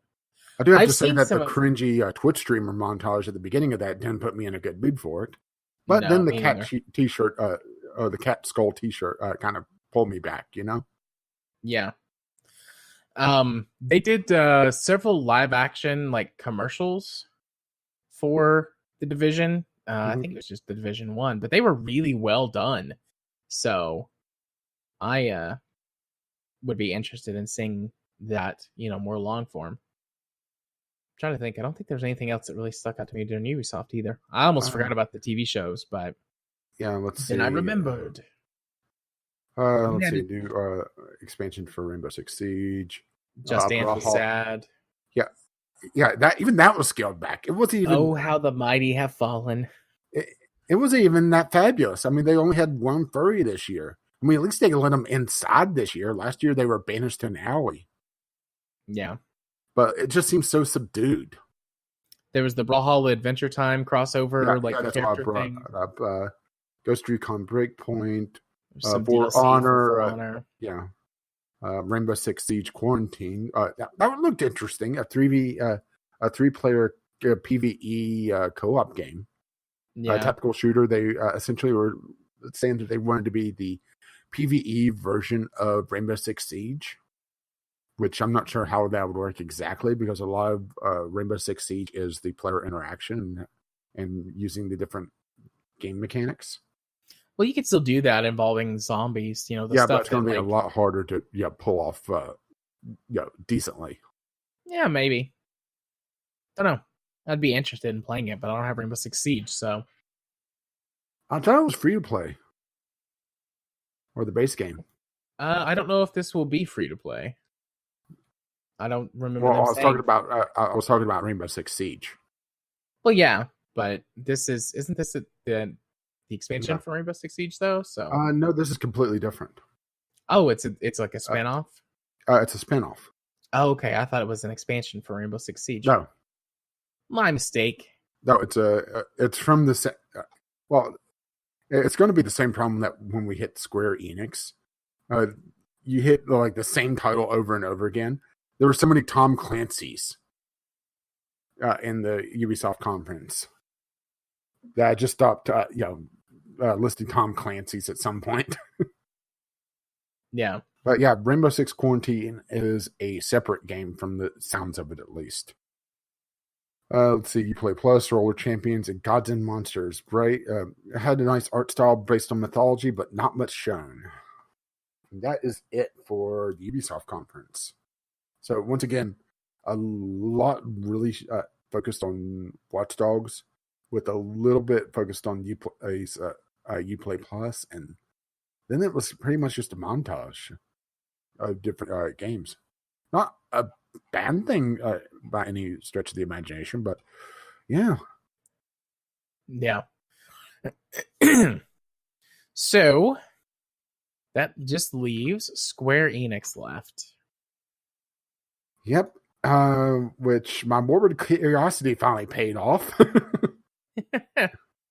Because the last couple of years, I've been wanting to know what the hell they're doing with Final Fantasy VII.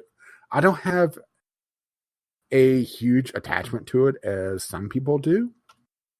But it's more of, okay, what are you going to do with this? Because they've, in the past couple of years, they stopped calling it a remaster and started calling it a remake. And at one point, they completely rebooted the development of it and changed developers, didn't they? And still published, but and it's still in-house, but it was a different team that traded off. So they finally revealed some gameplay of it, and also more of the graphics as well. But damn, right? You finally got around to seeing it, right? Yeah, I did. I was rather impressed with it, with how they were kind of marrying 3 different Final Fantasy battle systems and trying to still pay homage to Final Fantasy VII while modernizing it.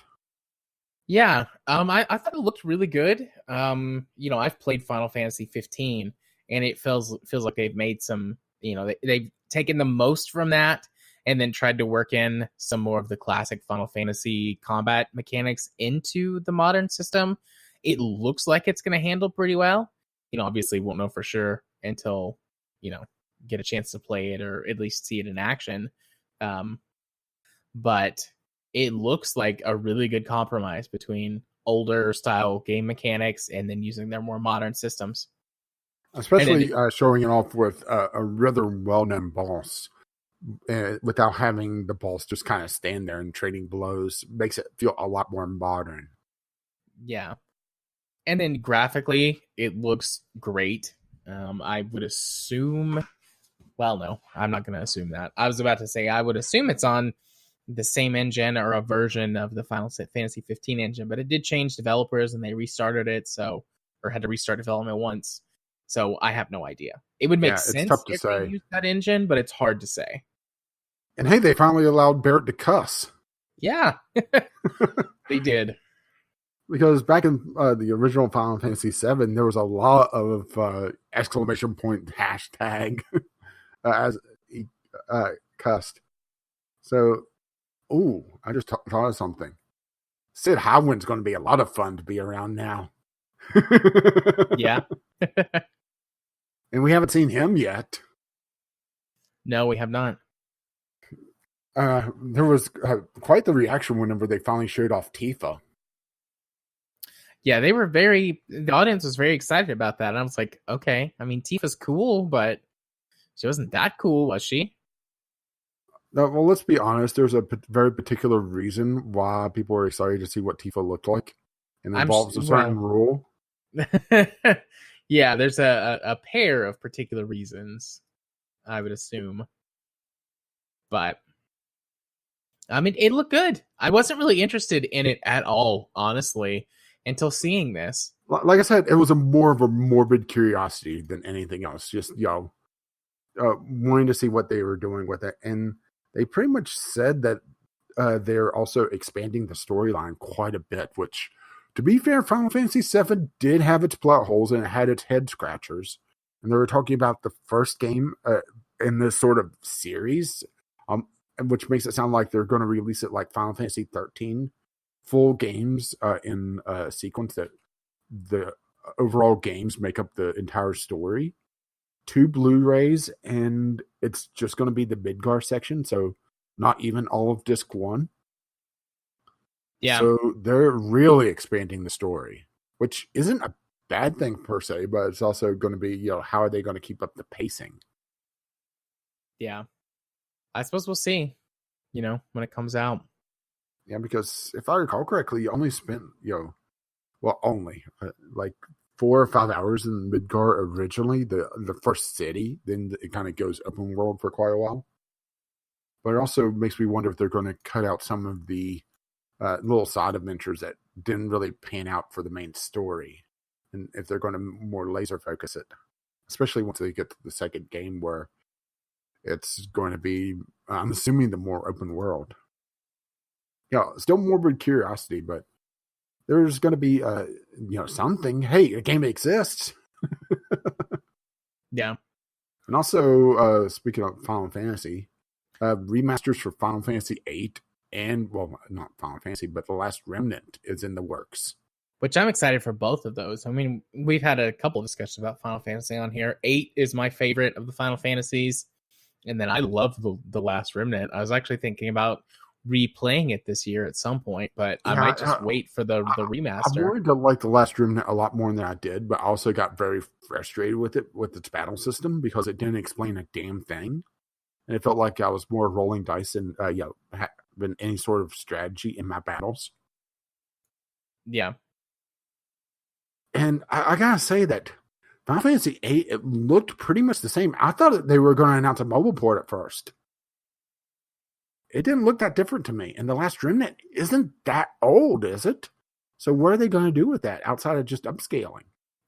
I think The Last Remnant's over 10 years old at this point. Yeah, but it still looks pretty damn good. The Last Remnant.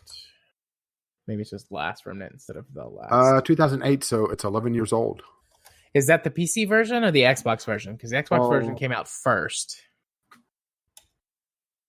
That is, I believe, the Xbox version.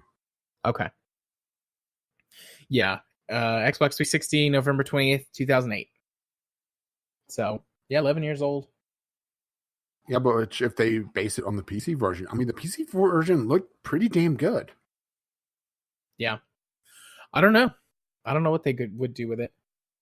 Unless they, looking at the Wikipedia, maybe they'll shore up some of the technical difficulties, because they talked about the 360 version having slow frame rate and texture pop in on the Xbox version. So maybe it's technical issues.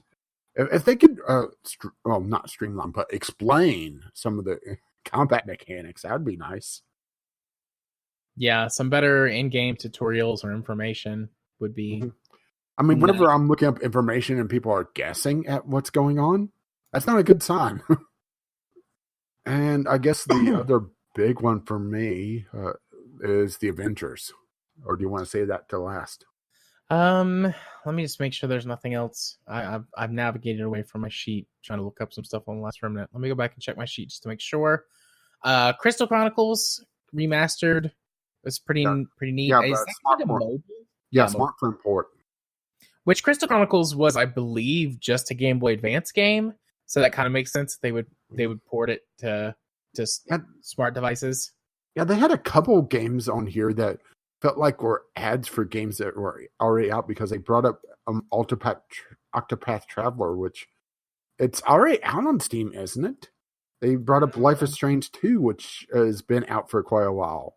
I thought Octopath Traveler was just on Switch up until this point. Pretty sure it's already out on Steam, or they announced it ages ago. Release date June 7th, 2019 on Steam. Okay, so it was out for a few days, so it was an ad for a game that just released. I knew it was already out, but I thought it was out earlier. But obviously you didn't know about it at all, so I guess... Well, I knew it was on Switch. I didn't know Octopath was on...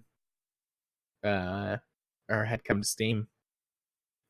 They had Kingdom Hearts 3, which I don't care about. Oh, no, it's a DLC. Don't forget DLC. Yeah. Let's see. Outriders looked neat, but there was just like a cinematic trailer for that, so we don't really know. Lots of shooting, scary looking people, but no idea what's going on. They need to wash their faces, though. They do need to do that. But it's the post-apocalypse, so I'll cut them some slack. And it sounded like custom characters with a lot of creepy monsters. Yeah. But that's really everything. The Avengers is the only other thing I have on here after Outriders. So if you don't have anything else, we can go ahead and talk about that.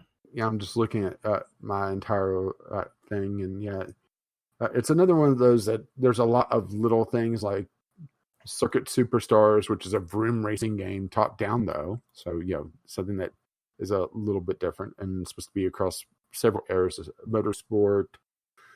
A expansion to Final Fantasy 14 that it's their third expansion, new classes, not much to talk about because it was all lore based and I had no idea what the hell was going on. Saga Legend of the Scarlet was interesting, actually. It's a upcoming release of a game that hasn't been released in the West. It looks like a NES/Game Boy era game and has a lot of player choice in it if the trailer is to be believed. Like I said, it looked interesting. But they kind of front-ended and they bookended it with the Avengers, a third-person action game. Which I have to say, maybe it's just me being a little bit facetious here, but it feels a little bit off not hearing the Marvel cast, Is it only me? No, it's weird, but not only is it not the MCU Marvel cast, which I could understand they couldn't get those guys, but they didn't use the voice actors from the animated series either. Yeah, well, they had to get Nolan North and Troy Baker. Oh, yeah, of course they had to get those. Instead of going with the actual iconic voices for those characters. They had a pretty big pool to pick from between the MCU and several iterations of the animated series. But no. I mean, I understand them not wanting to connect themselves with the Marvel storyline because for people like me that haven't followed it, and it sounds interesting, but I don't want to sit through 20 movies. And that's not too far off from the actual number now. Yeah, it's 19 or 20. But I'm okay with them not following the storyline of the movies. I don't care about that. That's fine. Actually, I prefer that it tells something new or different or borrows from material that we haven't seen. Or just goes back to the comics and doing something from there that hasn't been adapted. Yeah, but it's annoying that they didn't use any of the voice talent that is recognizable for those characters. Yeah, it just felt so off. And I know that's a bit of a nitpick because, Nolan North has been pretty much everything. No, I doubt that you and I are the only two people feeling that. I would say that most fans of the Marvel animated series would be a little bit, or are going to be in my camp of like, but why? Why didn't you? Because they've been in the other Marvel properties. The Lego Marvel games have had all of the animated series voice actors.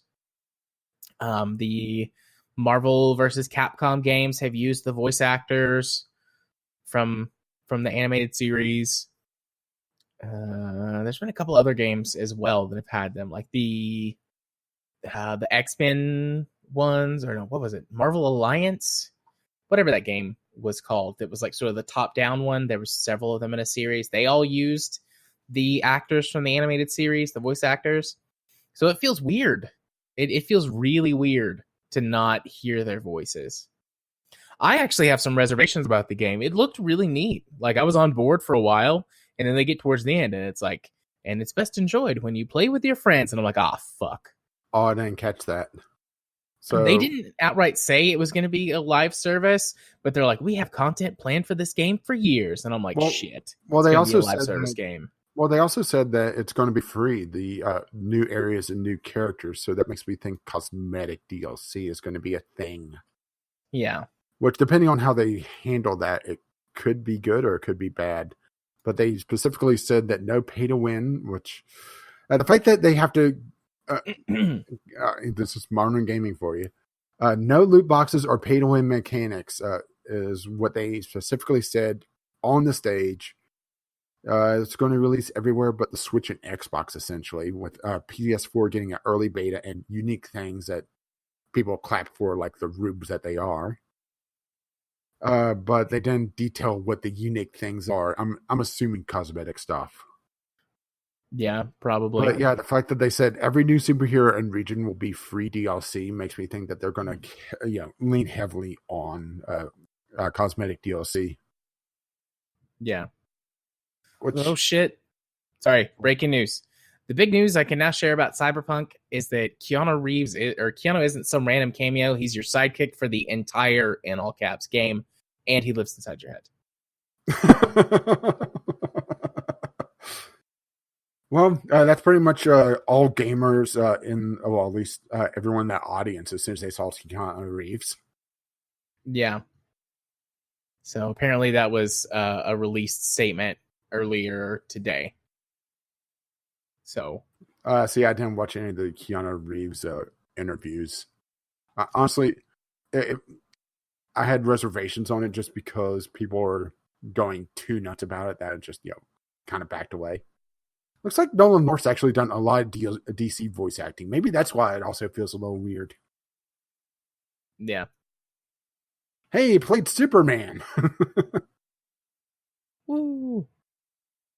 But yeah, it's just hearing the kind of the off-brand Avengers.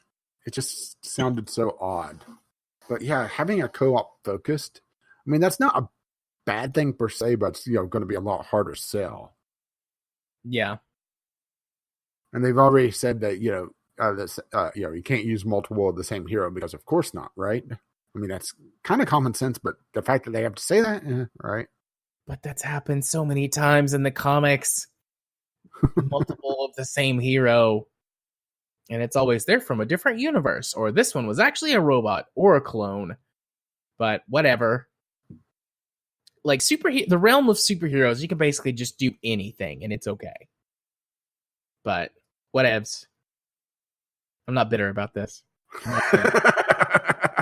Wow, someone's hung out with me way too much.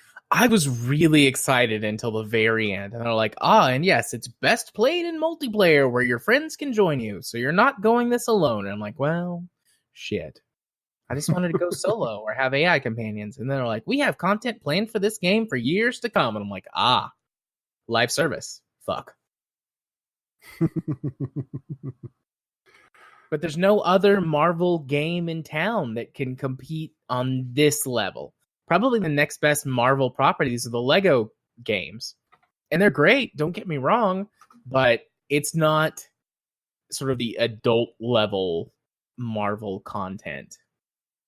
So, I'm torn on this one. Obviously, I'm just going to wait until it comes out and go from there, but yeah, because that's how you should anyway. Mm-hmm.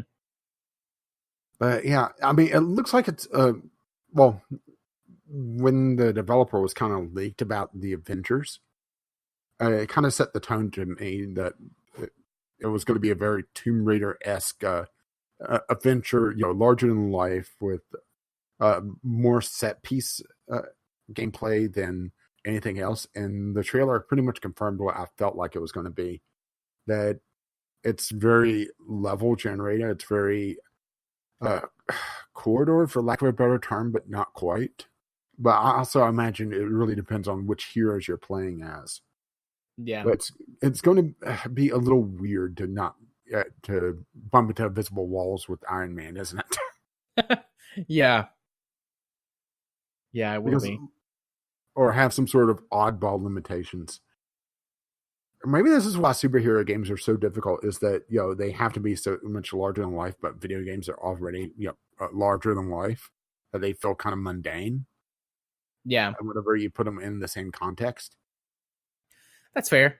And I can't really think of any superhero games, honestly, as well, that make you feel like a superhero. There are certainly superhero games that are good. Yeah, but that's but you're not a hero. Yeah. I mean, Saints Row 4 is like the best superhero game I played, and it's not a superhero game. And it's not even a good Saints Row game, because it pretty much drops everything that made it, the GTA parody that it was. Yeah. Or I should say it became, because the Saints Row series started off as a pretty, mundane clone of the GTA series. And then around, the late development of Saints Row 2, when GTA 4 started to get real serious, they just started taking drugs and they never stopped. But even things like Prototype, you're not a hero, you're an anti-hero or a villain, depending on how you want to take a look at it. And what was the electricity-based one that came out around the same time as Prototype? I don't know. I think I know it in my head, but I can't remember it. If that makes sense.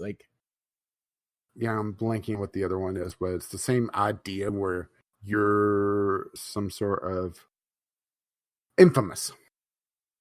Infamous is what I was looking for.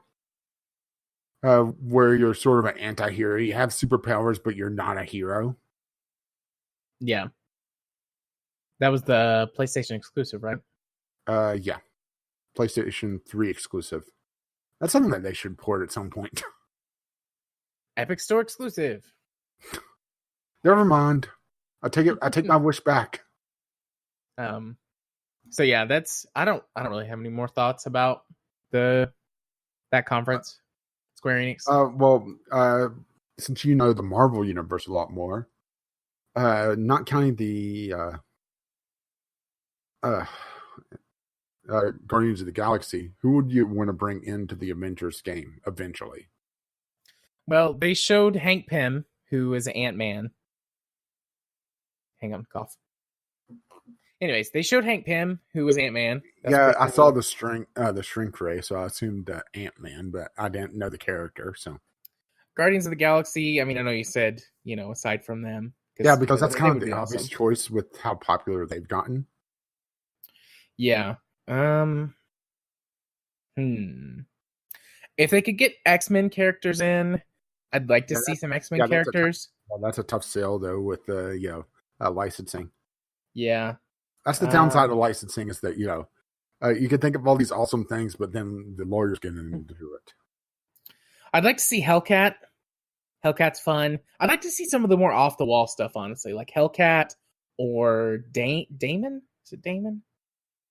He's actual Satan's son, who is trying to be a superhero. And then Hellcat, she gets her name because she goes to hell at one point and then comes back. I mean, there's a lot more to her, but that's... So in other words, you want some of the more off-the-wall stuff, in the DC universe, something like Dexstar. Yeah. Just some of those sort of, not necessarily lower-level heroes, because Hellcat was an Avenger, and... I'd love to see some of the stuff that the comics do with, different people in the roles. So, for example, Lady Hawkeye, that's not her name, but she's Lady Hawkeye, or Kid Wolverine would be fun, or the gender-flipped Thor would be an interesting take to see in an on-screen representation. Those would be fun. Silver Surfer would be cool. He Yeah, really but isn't sucks in Silver? the movies, but he's an awesome character in the Yeah, comics. especially in the Fantastic Four movies. Yeah. And Silver Surfer starts off as a bad guy, but then he becomes a good guy. I was going to say he's going to be a lot tougher to handle in a video game than even the superheroes, because isn't he like some sort of cosmic force? He is the Herald of Galactus. So he's not a cosmic force. He's powered by a cosmic force, and he's extremely powerful, but he's not like God tier. He's nowhere near as strong as Wanda, who is Scarlet Witch, or Vision. She's nowhere, or he's nowhere near as strong as those two. Or even Doctor Strange. He's not as powerful as Doctor Strange. Doctor Strange, though, would be a good one. Although Doctor Strange and the problem with those characters, especially in video games, because in comics or movies, you can kind of write scenarios where their extreme powers make sense. But if they show up in a video game, they can just like snap their fingers and everything's better. Because both of them have the power to reshape reality. So unless they're fighting Galactus, like their powers are just overkill. Like they can solve every problem with just a snap of their fingers, basically. Vision can do that too. That's why they're depowered in the movies, because it wouldn't make sense if they could just win everything immediately. Captain Marvel would be fun, but not the new Captain Marvel, the old one when it's Marvel. Just because that would be silly. Like, nothing against new Captain Marvel. She's pretty cool. But Marvel would just be like really silly to have involved. Yeah, looking at... I brought up the list of Avengers members. And well, I was going to say, since they're having Iron Man in, while they bring War Machine in. Yeah, War Machine would be good. I feel like that's too obvious, though. Squirrel Girl. Squirrel Girl's the best. I think there's been rumors of a Squirrel Girl TV show. But Squirrel Girl is, like, secretly the most powerful Avenger. She's very cool. She kills Thanos in the comics. In one iteration of the Thanos story. She kills him. She just like murders him, like, immediately. Like, he's, like, kicked the ass of everyone, and Squirrel Girl shows up. And he's like, oh, what the fuck are you going to do, little girl? He doesn't quite say it like that, but basically he's, like, taunting her. And she just murders him in 1 hit. Almost One Punch Man style. I was going to say Saitama with boobs. Yeah. And she's like, do, and she like wanders off after she's killed him. And there's like some cosmic entities that are watching the battle, and they're like, holy fuck, where did she come from? But anyways, I could go on, but I will stop. Spider-Man? Spider-Man would be fun, but again, licensing. Or one of the different versions then.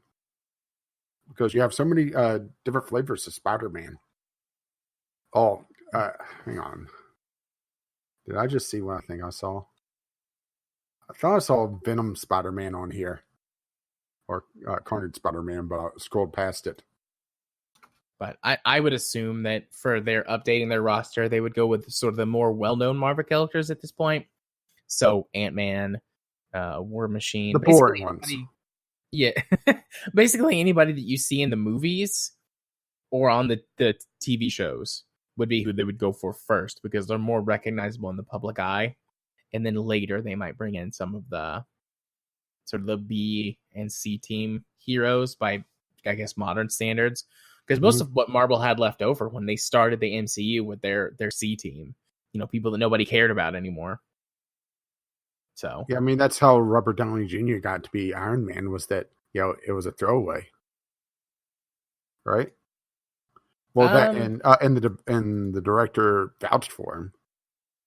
Yeah, I think they actively sought Robert Downey Jr. out. He wasn't their first pick, but after the first couple of people turned down the role, when Robert Downey Jr. showed up wanting it, they were like, you know what? I think he can do it. And at the time, Robert Downey Jr. was coming out of rehab after he'd been on a huge cocaine bender.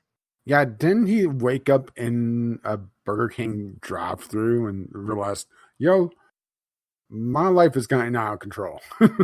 I'm not sure. I've heard several stories about how he actually wound up in rehab that last time. So I don't know if that's true or not. But I mean, he did basically have his moment of clarity, and he went to rehab and got clean and turned his life around. And now he's motherfucking Iron Man, like the most highly paid actor on the planet. Yeah, think of all the cocaine you could buy now. Sorry. A lot of it. That actually got more than life than I thought it would. But we ended up going down the rabbit hole pretty big on that one. Indeed. So let's come out of the rabbit hole. That's the last conference we're going to cover. Like we said earlier, Nintendo with their odd direct things and the fact that we're not really... Yeah, we already covered Devolver Direct, so we don't need to do more direct stuff. True. So overall thoughts, just a few sort of general wrap-up thoughts. And then what did you think was the best conference? I think we can both agree that the worst conference was Bethesda. Yeah, there's no question Bethesda had the worst conference. I mean, even if you put aside all the Fallout shenanigans, or I should say all the Fallout from Fallout, Okay. They only had really one highlight, and everything else was them trying to essentially suck up to everyone. For lack of a better term, but honestly, it feels about appropriate for it. They did the whole fake humble, oh no, we're people. I'm shocked you're still here. Fuck you, Todd Howard. Yeah. No, on second thought, no, because fucking Todd Howard, you'll end up with some sort of bug. Or millions of bugs. But yeah, best conference. That's actually a tough one because there wasn't really any standout. For me, it comes down to two. The first being, I would say the same.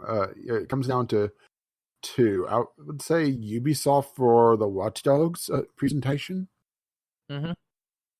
and Microsoft for just content. Yeah, Microsoft for just the sheer volume of like thumbs up content for me, and then Devolver for just how fun their conference is. Well, I didn't really consider Devolver just because it's more of parody of, and there was a lot of content. But sure, let's give it to Devolver again this year. I mean, they got it last year. Yeah. If I had to pick someone else other than Devolver, probably Microsoft. Well, no, I mean I said Microsoft already, but if I have to pick Microsoft and someone other than Devolver, I'd probably say Ubisoft as well. Just because Watch Dogs is so damn interesting. They've got my attention with that. So hopefully. Yeah, it's an ambitious project. I hope it pays off. But I can see so many ways it could go wrong. But I'm hoping that they've spent a lot of time working on this to show off something this ambitious. Because have we seen a game that tried to do anything like this? I can't think of anything like this. Trying to build a resistance force of just complete random people and have really no central character outside of, like I said, the AI before. I've come up blank trying to think of anything even similar. Yeah, I can't think of one anywhere else. Yeah, there's always been, that central linchpin. And even if you did have a large roster of playable characters, either they didn't really have a lot to say, or they didn't really make an impact in the story, or, cutscenes would ignore them, which they said, all the cutscenes are dynamic depending on the characters that you bring in, which will be hilarious to see the granny with the gun. I mean, let's be honest. Yeah. Having hopefully the characters fleshed out enough where they still have that suspension of disbelief that these aren't all just randomly generated characters with the same handful of voice actors. That's the other thing, is that there's going to be so many different voice actors in this. There has to be. You can't Bethesda this. You can't have 6 actors and then Nolan North. Yeah. They might try. They might I hope try. not. I mean, I really hope that Watch Dogs Legion, Legion, which, appropriate name as well. Yeah. But yeah, I would say Devolver just for fun, and then Microsoft for content. Same. Hey, we agreed. Woo! Yay. We agreed all the way across the board. We both thought Bethesda sucked the most. Granted, that one's usually pretty easy for us to agree on which one's the shittiest. And usually it's been Bethesda. Bethesda or EA? Yeah. I mean, Bethesda, kind of lost their competition this year. Yeah. Oh, wait. EA had the best conference. By technically not having one? Yes. I can get behind that. But, yeah, we agreed all the way across the board. That's cool. We are becoming one. We are Legion. Woo!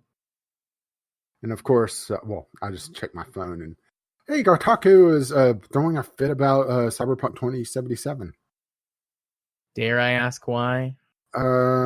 Let's see. Artist says controversial in-game image is commentary on corporations. Supposedly some sort of transphobic thing, according to Kotaku or Polygon or the extreme left. I see. Because that is one thing, and I realize we're off base, but what the hell is that? Okay, we demand more trans people. Okay, you showed a trans person being a bad person. You're transphobic.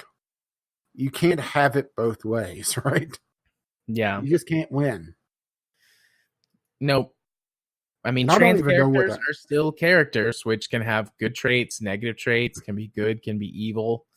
A person's gender and or sexuality should not be their solely defining trait. It's bad storytelling to always... It's bad storytelling to always make them the villain. It's also bad storytelling to always make them the hero. It can be a compelling, interesting part of either a hero or a villain story. Their gender, their sexuality, their transness, and that can play towards hero or villain trait. Are you still on Steam? Yeah. I need to send you this. I'm going to send it from my phone, hopefully. Let's see, opening Chrome. Because I want you to see the image, all right? Okay. Because this is one of those things. And I realize we're completely off base. Technically, this is still E3, though, so we're not completely. So I'm loading up Steam chat. Come on. Oh, really? Fine, then. Discord. Just because I didn't have Discord loaded. Okay. Yes. I realize hell of a long URL, but it should hopefully link directly to the image. Or not. But second image. Really? Right? What's the issue here? Hang on, let me... Just a quick perusal. So... You know what? That feels 100% real, though. I feel like that corporations would do that. They would absolutely use trans imagery with a product that is meant to be consumed by like mixing it up. From what I could tell is that there's 16 different flavors live to mix, so it's some sort of chromosome changer. And that makes it transphobic. Or whatever the hell they're talking about. No. Whoever thinks it's transphobic is just wrong. I'm sorry, but this is absolutely... Yeah, this is totally a commentary on corporate culture. Because I could see... I'm sorry, I opened up my phone and I saw this. And I just kind of just sat there for a moment. I mean, we have seen it. We have seen this type of advertising a lot here recently. Just replace the stuff that they have been advertising with a trans person and a product that a trans person could be like a representation of. Like, this doesn't feel like commentary on it. This just feels like a copy of a form of corporate culture and advertising. Like, you have to really be trying to be offended by this, I think. Well, it is Gotaku, so there you go, right? Yeah. Oh boy, the comments. Seeing the author in the comments. Oh boy. Yeah. So that's E3 2019. And hey, some of the stupid bullshit as well. Fairly underwhelming. Some good stuff. I mean, it wasn't all bad. Yeah, it definitely wasn't as exciting. Like I said, whenever we talked about this, I believe off air, is that mediocre with a few gems here or there. And hey, there was one on the show floor that sent us images on Discord as well. Yeah. Yes, he did. I don't have anything else for tonight. And I'm looking at the clock, and it's about that time. Well, I'm sitting here waiting. Would you like to hit him with the socials, Rage? Well, I've been Caffeine Rage. You can find me on the YouTubes, Gaming with Caffeine Rage. You can find me on Twitter, where I tweeted a lot this week. I can't imagine why. Gaming with CR, and maybe someday I'll return to Twitch, twitch.tv/caffeine_rage. And you've been? Gaming Psychologist. You can find me on the YouTubes by searching for Gaming Psychologist. You can follow me on Twitter at JMA4707. Be my friend on Steam at JArthur4707. And if you wish to let them know exactly what episode of the podcast you're coming from, the password for this week was guessed by Jared, and it is underwhelming. Woo. Underwhelming. I actually put that at the beginning of the episode, and you guessed it. But then again, it's not exactly a tough one to guess this time around, is it? Nope. But if you guess what is coming up next, well, you guessed correctly. Yeah, once again, our email address, since we didn't give it before, VGLpodcast@gmail.com with your letters, voicemails, gaming-related topics, or you can just tweet them to us at VGLpodcast on the Twitter. Our lovely, lovely patrons have helped pay for this rather long discussion. Actually, longer than we thought it would be.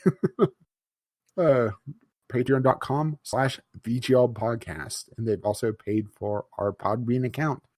VGLpodcast.podbean.com, which hosts the show notes, links to Discord. So if you wish to see Jim flipping off Fortnite, you can see it there, and also the wall that he climbed.